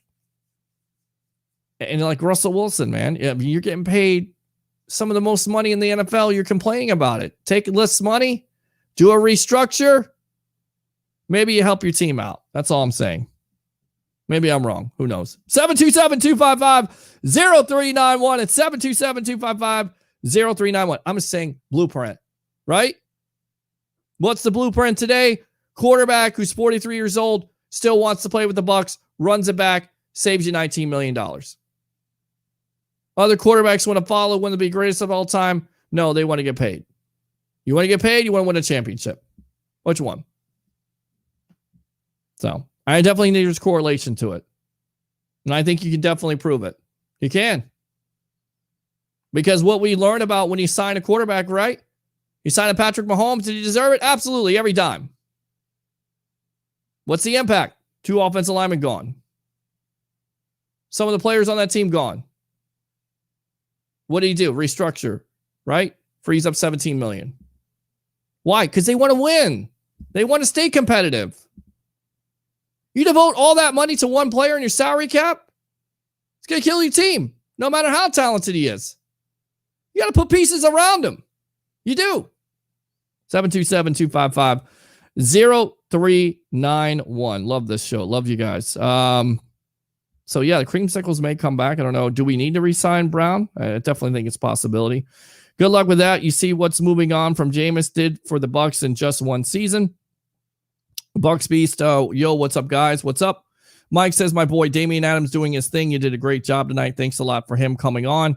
Saints fans are worried, but you got to worry about how the Saints are going to look like next year. I mean, there's a case, right? All the money devoted, as they should have. They devoted a lot of money to Drew Brees. Maybe if he takes less money, he's taken less money in the past. I don't think he's been paid as a top quarterback. I don't think he's been. I mean, look at the market value right now, 30, 40 freaking million. Drew Brees is getting 20 to 25. They freeze it up. They understand it. They understand at the end of the day. Well, of course, they may be in a different situation because they made more money. I'm just saying, I wonder what the impact of signing that big time contract to a quarterback. I do. So yeah, definitely will be something that we watch for. What do you think the quarterback situation of the Saints is going to look like? We talked about that. San Francisco will also be better next year with getting back all their players. Go Bucs for life. TB1254. Absolutely, Daniel. Thanks a lot for the call tonight. Appreciate you, Johnny Dean. I really want the Saints and Bucs to become the Ravens Steelers of the South. Certainly think that could happen, but I kind of feel like the Saints are not going to be as competitive because of all their losses. But, you know, maybe wrong about that. It seems like they're freeing up some salary cap. We'll see how it works out and what the impact of having a different quarterback, if that happens, because there has been no confirmation of Mr. Drew Brees retiring. The organization has been wrong since the beginning of time. Johnny Dean with Saleh and the rest of the staff that are moving into New York, I think Darnold should sit and wait. Hell, the Niners basically moved to New York. Let's go out to 406 Montana. Lawrence will be Jamarcus Russell. I don't see that. I don't. I'm sorry. I don't know why you guys see that. They're totally different people. They're totally different quarterbacks. You know, Russell won at LSU, but you watch his bowl game and then you watch his combine and his pro day, and people got enamored with his arm talent. And they didn't look on tape. They didn't see his statistics overall. You don't have that with Lawrence. You know, he's going to enamor you a little bit with his arm strength. It's not like Jamarcus Russell. The guy has won.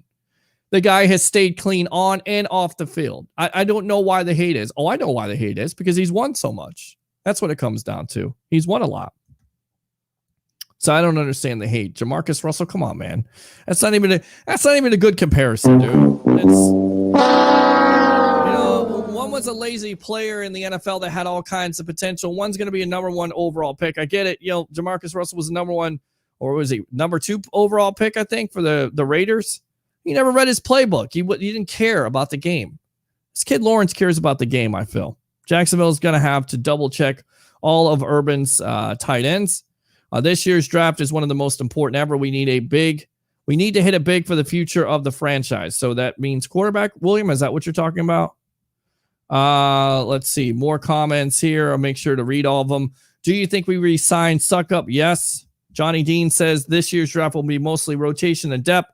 It's not a strong draft. They don't mean you can't find a diamond, but there are no Khalil Max or Vita Veas in this draft. Agree. All developmental guys. I've been doing more and more research, especially with the outside linebackers, because, you know, getting an edge rusher would be smart, especially with the developmental project. He's not going to have to come in. You don't want him to come in right away because you have a JPP and you have a Shaq Barrett, most likely when you re-sign him. And we'll have that tomorrow once it happens officially. If it doesn't happen, then the Bucs will have some decisions to make. And again, I still think you address those situations over a quarterback. I do. I think you go for an outside linebacker, an edge rusher, a defensive end type of player, or a defensive tackle. You can never go wrong with that. Goes back to what the Saints do with their offensive lines every year. J-Lo isn't giving up. So she's definitely not giving up. She looks great for her age. First time I actually enjoyed listening to a Saints fan. I want the Bucs to think about the future, but I trust the Bucs. Exactly. I think we all do that. I mean, it goes back to the word faith. TB12 home 813 Johnny Dean Certainly don't want to look at the Patriots when Brady is gone. Would love to see them draft a developmental quarterback at some point. Steve, again, great call, by the way. Don't think AB wants to leave, but I also believe he deserves a decent contract. Zachary, Antonio Brown wants to play under Tom Brady. The Real Pearl, Diamond, thank you. He's still AB. AB is just a number one behind number two other number ones. Very true, but he wants to work with these wide receivers. He better restructure. The Red Pearl, there is no one good enough to draft past the third round at quarterback, and why waste a pick on a quarterback that won't be anything more than a bridge? We don't need a draft bridge on a Super Bowl run.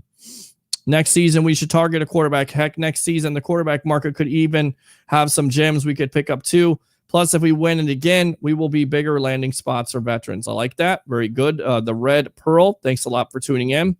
Who's going to be our next defensive coordinator? Well, it's probably going to be Todd Bowles still. Who knows? Let's not look inside the future. Lori Locust. How can I get on and talk with you and Johnny? Brian Pearson. Give Tom Brady a couple more years. His body's going to wear and tear on.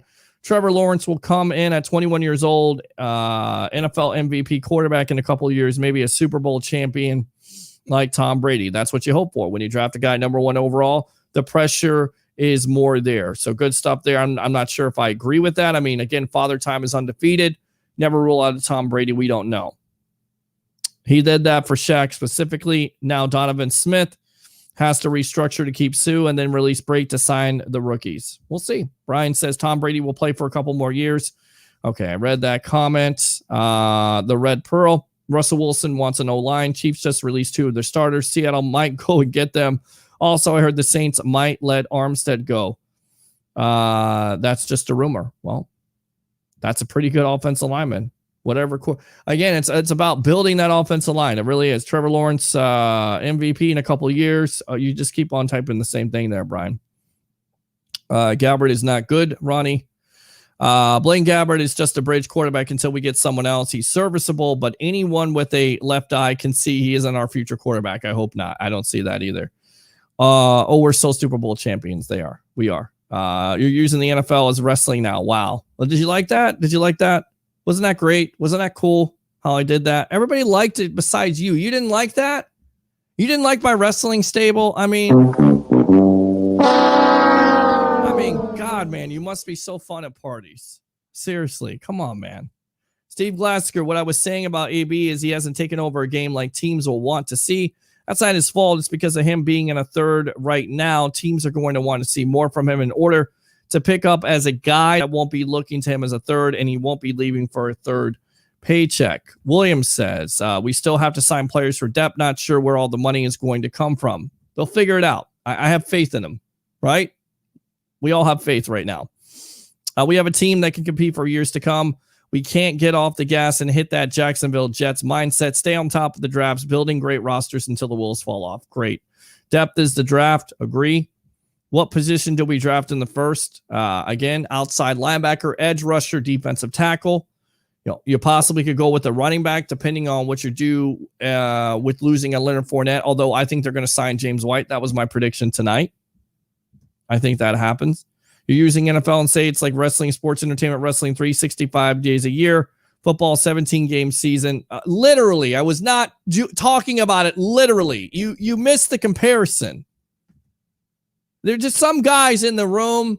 There's just that guy all the time where it's just something so simple that you throw it out there and you make it more difficult than it is. 32. Okay. I agree somewhat, but still need proven players. Johnny Dean, edge or linebacker, maybe defensive tackle. Red Pearl, by the way, man, your Bucs 02 archive vid. The music made that video is so intense. I wish I could save it and put it in all media devices. That is not me, my friend. That is Mr. Liam Mitchell. He let us go live on this channel, but he does a hell of a job. If you have not checked out the Bucs archive here, which we're going live from, it's tremendous. It really is. It is absolutely tremendous. 43 touchdowns at 43, 40 passing, 3 rushing. Absolutely only 12 interceptions. William, after last season, I really ain't worried about the fill spots. The Red Pearl, I was mind blown since I became a fan in 06. I haven't seen us have this type of culture at all. I'm lost for words, honestly. Literally history I could tell my kids about. I lived through this. Cry. I think there's a lot of people. Roaches, Cockrell, Stenny, McClendon are all important to re-sign. I do think that you're right about that, William. They will get those guys re-signed. And if they don't, then those are the places you draft. But those are not starters. Those are key contributors with the depth, rotation guys, but they're not starters. So are you worried about it? Not me. Yep, I said the same thing about Watson. He didn't have to sign the mega deal. He could have went to free agency and still got paid and went to any team he wanted. Exactly. If he would have went into free agency this year and he would have taken the franchise tag, and then gone into free agency afterwards, don't you think the Chicago Bears would have signed him to a mega deal? Of course they would. They're regretting it. They're regretting not drafting him in the first place. I never understood it. Like, I never understood the whole infatuation. Like, you're a general manager, you go to dinner with Trubisky, you fall in love with him because why? You think he could take your daughter out? That's not the reason why you get a starting quarterback. It's not. Starts on the field, having that leadership quality. Not saying he won't be a good quarterback and necessarily hasn't been put in the same position, but Watson was a proven winner. He won with Clemson. He won a national championship. He beat Alabama a couple times. He's a guy that can make all the throws. He had a little bit of turnovers, but it wasn't a situation where you're looking at him saying, man, I can't draft this guy because he's a terrible decision maker on and off the field. He could deal with adverse situations. We just heard from Sean the Sports Don where the guy was living in a car. I mean, that's the kind of guy you want to build around, right? And yet the Bears go in a different direction. I just don't understand how so many teams could miss out on a guy like that. I don't understand it. You're overthinking it. Don't overthink it. You know, people tell me the same thing. Well, go with the Justin Fields over Trevor Lawrence. Why? Like, I like Justin Fields, but Trevor Lawrence is the number one guy. Don't overthink this. You overthink this, you overanalyze it, and it's analysis by paralysis. It's an easy decision for the Jacksonville Jaguars. In that same situation, Watson is your franchise quarterback, and he's told the franchise, I don't want to be your quarterback anymore. You're dragging what? You're dragging your heels on it? I mean, make the deal. Make a deal. Get yourself picks and rebuild. Start over again. Maybe you keep them. I don't see it working out, though. But I agree with you on the Watson thing. I never understood it. You get rid of DeAndre Hopkins, your biggest weapon, for basically nothing. You replace them with what? Brandon Cooks and Will Fuller, who at times last year could be a guy that could turn it on, but also inconsistent and also missed the last half of the year because he's a PED user. So he's not making good decisions off the field or on it. So Roaches and Stinney, I think, yes, McClendon and Cockrell may be gone. I believe they signed Stinney to an exclusive rights. He's an exclusive rights free agent, so he can't go anywhere. But because he did sign and got his money, now he wants to win really badly. Isn't that ironic? The players want their big contracts and they want to be winners. Exactly. That's the correlation I was saying. It's not a bad thing to take a big time contract. I just kind of wonder if you can do that in the grand scheme of things, right? I mean, thinking about it from that standpoint. Christopher Cole, I would have signed with the Texans if he wanted out. I would have never signed with the Texans if he wanted out last year. The rookie contract is them earning their second big time contract. Only they get that big contract. They lay eggs and want super teams and better players. Cough, cough. Ezekiel Elliott. Exactly. Washed up. It's the reason why you don't pay running backs. I mean, it is. I mean, it's a sad shame because running backs get what? $300 carries, $300, which is what Elliott has been worth lately. But you get those 200 to 300 carries, and then basically you're done as a running back. I mean, that's why running backs are so replaceable these days, and you don't pay them big time money. Why? Because they wear out. Those tires wear out.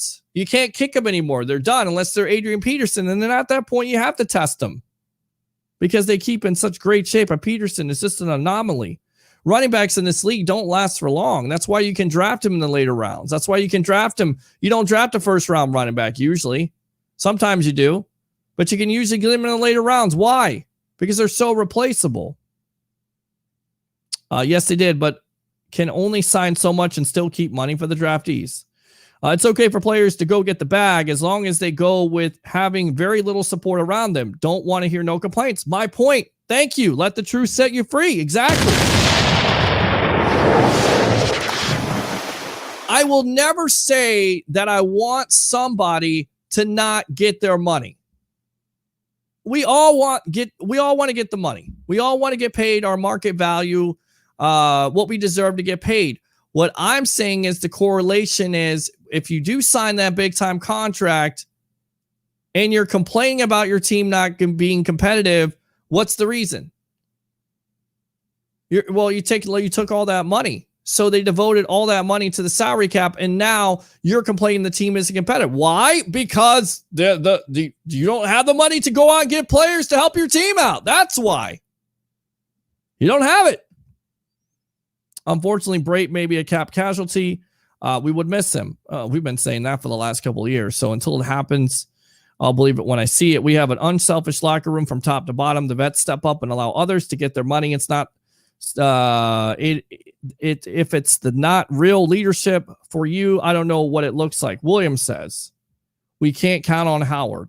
Christopher Cole says we could find different options and possibly younger through the draft. Certainly possible. The Red Pearl, the top flight players should get a ring real quick and play on the GOATS team. I wish some of them would come to us. Certainly a possibility. Cut Howard, bring in Hunter Henry. Laugh out loud. Christopher Cole, experience isn't easy to replace. That's why this draft is so important. We must draft well. Look, the draft is always well, William. William, you always say this, and I've even said this. This is the most important draft of all time. It's always important for a draft because if you don't draft well, then basically you get complacent. And when complacency sets in, then you're not a winner anymore. When you lose a free agent, you can replace them. I think that's also the Patriots way, right? They let these big guys go. You look at the Pittsburgh Steelers. Most likely they're going to lose Juju Smith-Schuster. They're going to replace him with one of their draft picks. Why? They do such a great job of drafting wide receivers. They believe in their system. They believe anybody they stick in there can play right away. So they're able to let Schuster go because they don't want to pay him the big money. Mistake? It's worked for the Steelers. It's worked for the Patriots to a certain degree. So, William Romer, the thing about the draft is the Bucs don't have to instantly use the draft pick as a starter. They will make up the rotation with the draftees. Exactly. You're not looking for a need. You don't have to reach for somebody. William, somebody doesn't have to come in. There's not a concern this year. You're not looking for a right tackle. You don't have to draft somebody. You don't. The Red Pearl. Imagine what Seattle Seahawks current O-line are thinking right now about Russell Wilson. He is dumb for putting his players under the bus. You don't bring that out to public. You don't. And you wonder what the impact of Wilson getting back into that locker room is going to be. I'll be amazed. Talk to your organization behind closed doors. Wilson flagged himself for doing what he did. Brady makes every player around him play better. Wilson can't do that. Johnny Dean, you took my response. Laugh out loud. William, true, but they need to be future starting talent. Hopefully we can get a starter or two in this year. Why would you doubt Jason Light and BA and this organization and getting starters? They did it last year. They've done it the last couple of years. They have 2 seasons after the draft of prospects to choose from, bro. The team is as deep right now as they've ever been. Are we good at running back with Rojo and Vaughn? I think we are. Vaughn could take a big step forward this year. Rojo can be special if he puts in the work. Agree. KC left tackles were studs. Brian says Tom Brady only playing 1 year with Tampa Bay so far. We'll see. Chris says won 3 more after 2013. Laugh out loud with the Patriots. That's in the AFC. It doesn't done that yet in the NFC South. Wait 2 more years. Bank on it. William, Ellie is overrated in a fumble machine. Way overpaid. He's 45 years old. He'll be 46. His body's going to wear out. First, he's 43. He'll be 44 in August. He's not 45 yet, Brian. Get your facts right. Trevor Lawrence is 21 years old. Give him a couple years. Every body comes out to be a great quarterback. If and only if the Jacksonville Jaguars put something around him. Ask Joe Burrow about that and how great he was in college and how he got a reality check with the Cincinnati Bengals. I remember listening to Roy Firestone because he's a great interviewer. Did a great job with ESPN. Must-see TV. YouTube it, kids, if you don't know who Roy Firestone is. Interview Bill Walsh, and Bill Walsh always talked about, him being the guy that developed quarterbacks. He was the guy. And he would say, he said in this interview, I worry about the quarterback's psyche, especially his mentality, because he's going to get his brains beat out in his first 2-3 years. And that's what you got to kind of alleviate from happening. So we've seen quarterbacks come into the league and not necessarily get the help and get beat down mentally and physically. So it depends on what Jacksonville is going to do to put the weapons around him for him to be successful. I'm not going to sit here and say that Trevor Lawrence is not going to be a good quarterback. I'm just saying he might not necessarily have that success that he had at Clemson, right? Is that fair? Unless they put the right weapons around him. How long does it take? We shall see this year with Urban Meyer. So I get what you're saying, Brian. Well, that's nice, but in those couple of years, it will take Lawrence to get the TB12. He's not going to duplicate TB12. I mean, it's going to be tough to ever duplicate 7 Super Bowls, most likely 8. The Bucs will have 2 more rings. I agree. Ryan, again, if I was an NFL owner, I would take a 21-year-old kid over a 45-year-old person because you could trade it for a 21-year-old to be a good quarterback. A 45-year-old I don't even know what that means. I mean, I think there's a lot of teams right now kicking themselves because they didn't sign a Tom Brady. I think they would take a Tom Brady over a Trevor Lawrence right now if you're ready to win. Trevor Lawrence is a developmental guy. He's going to be good. I just don't know how good he's going to be. Again, going back to the Bill Walsh comment, 2-3 years, he's going to get his brains kicked in. So it's like talking to a wall. It is, Glenn. It's okay. That's why all they need to do is take a little money. Then you're able to have a team around you. Just got to be smart with your money and don't blow it on crazy stuff. Exactly. It's painful. It's okay. I deal with it. He's won a few MVPs since. Brian says, when Drew Brees got his contract extension, he didn't win no more. That's what's going to happen to Tom Brady. Well, he got a contract extension, but he freed up $19 million. He didn't take a mega deal to hinder his team from going out and signing or re-signing their players. That's the point. You missed it. I guess it's good Jacksonville has a new fan. Oh, there you go. I'm a Saints fan. Well, we know. But I like Trevor Lawrence as a quarterback. I do too. I just don't know how successful he's going to be with the Jacksonville Jaguars. They're a dumpster fire. They're not good. You got a new coach, new system. The advantage that they'll have is they're going to have an offseason. But again, they have lots of work to do. How many first-round picks did they give the heave-ho to in that organization? Lots. Patriots use Brady more money for the defense.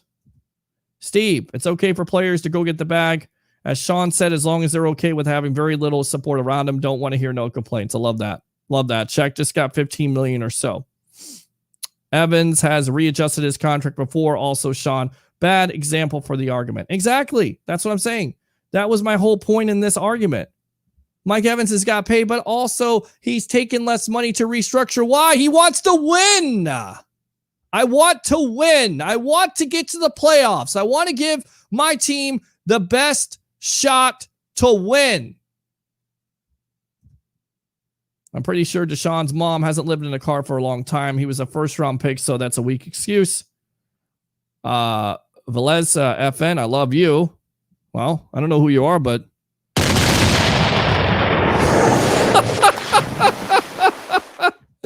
okay, I'll take it. Thanks. With Brady and the players' attitude, the Bucs will be deadly. Also see James White, a perfect fit. Let's go 2 and 8. Of course, that would be 8 for Tom Brady, as he was saying that today. Johnny Dean, I agree with you. Brian says, when Drew Brees got his contract extension, he never won a Super Bowl again. That's what's going to happen to Tom Brady. Okay, you've said that before. I think we're talking to a bot right now. Brian, no Saint podcast to listen to. Mike DeRoche, what's the scoop on 81, 3, 87, 58, and 28? He may be gone, unfortunately. I think you're talking about Shaq Barrett. I'm not sure about Shaq being gone yet. We'll let the numbers play out. Of course, they have to wait until Sunday, which is the legal tampering period when it starts. The NFL will have This problem, as long as they don't reasonable ceilings on position salary, when the quarterbacks can eat up the third of the overall cap, then you will always have that issue. Most players are using football to escape poverty. It's a livelihood over the game, and the NFL has encouraged this in an attempt to create parity. That's fair. I like that. Again, I'm not saying that's a wrong statement, because I definitely think there's a lot of poor kids out there that are not necessarily getting their money, and they should. Again, what I'm concerned about is the correlation with getting that big time contract and continuing to sign big contracts to your players, and you're not winning, and then you're complaining about it. That's what I would say. Our podcast was earlier. Do you think Tom Brady will go to the Hall of Fame as a Tampa Bay Buccaneer or as a New England Patriot, in your opinion? I think it goes in most likely as a Patriot, but I definitely think it'll say there that he won a Super Bowl with the Tampa Bay Buccaneers and eventually 2 Super Bowls. I'm not sold on Lawrence. He's kind of risky. We shall see. Johnny Dean. Lawrence, in my opinion, maybe like Flacco at best. He's definitely most ready to play, but his ceiling is not quite as high as some others in the draft. It's a good point. Glenn says Pats, and Johnny Dean says, great show, Peter Blake. Get some rest, bro. So, I'm going to save some of these comments. We'll go ahead and get back to that. We'll circle back to that on Monday here. Thanks a lot for tuning in. Thanks to all of our guests. And, of course, Dennis Phillips of ABC Action News. Of course, Damian Adams does a great job with the Real Deal podcast there. Definitely check him out. We'll be back here on Monday night at 9:00 on the Evolution of Sports Talk Television, and actually maybe sooner, depending on what the Tampa Bay Buccaneers do with Shaq Barrett and the rest of their free agents. Of course, legal tampering begins on Sunday. This could be a busy weekend, so get ready for it. And do 3 things for me early on this Saturday morning. Only wanted to go 2 hours, but you forced me to do it, so I had to do it for you. 3 hours. Bring your passion. Bring your excitement. Just don't bring any nonsense. I'm your host, Peter Blake. Have a good night.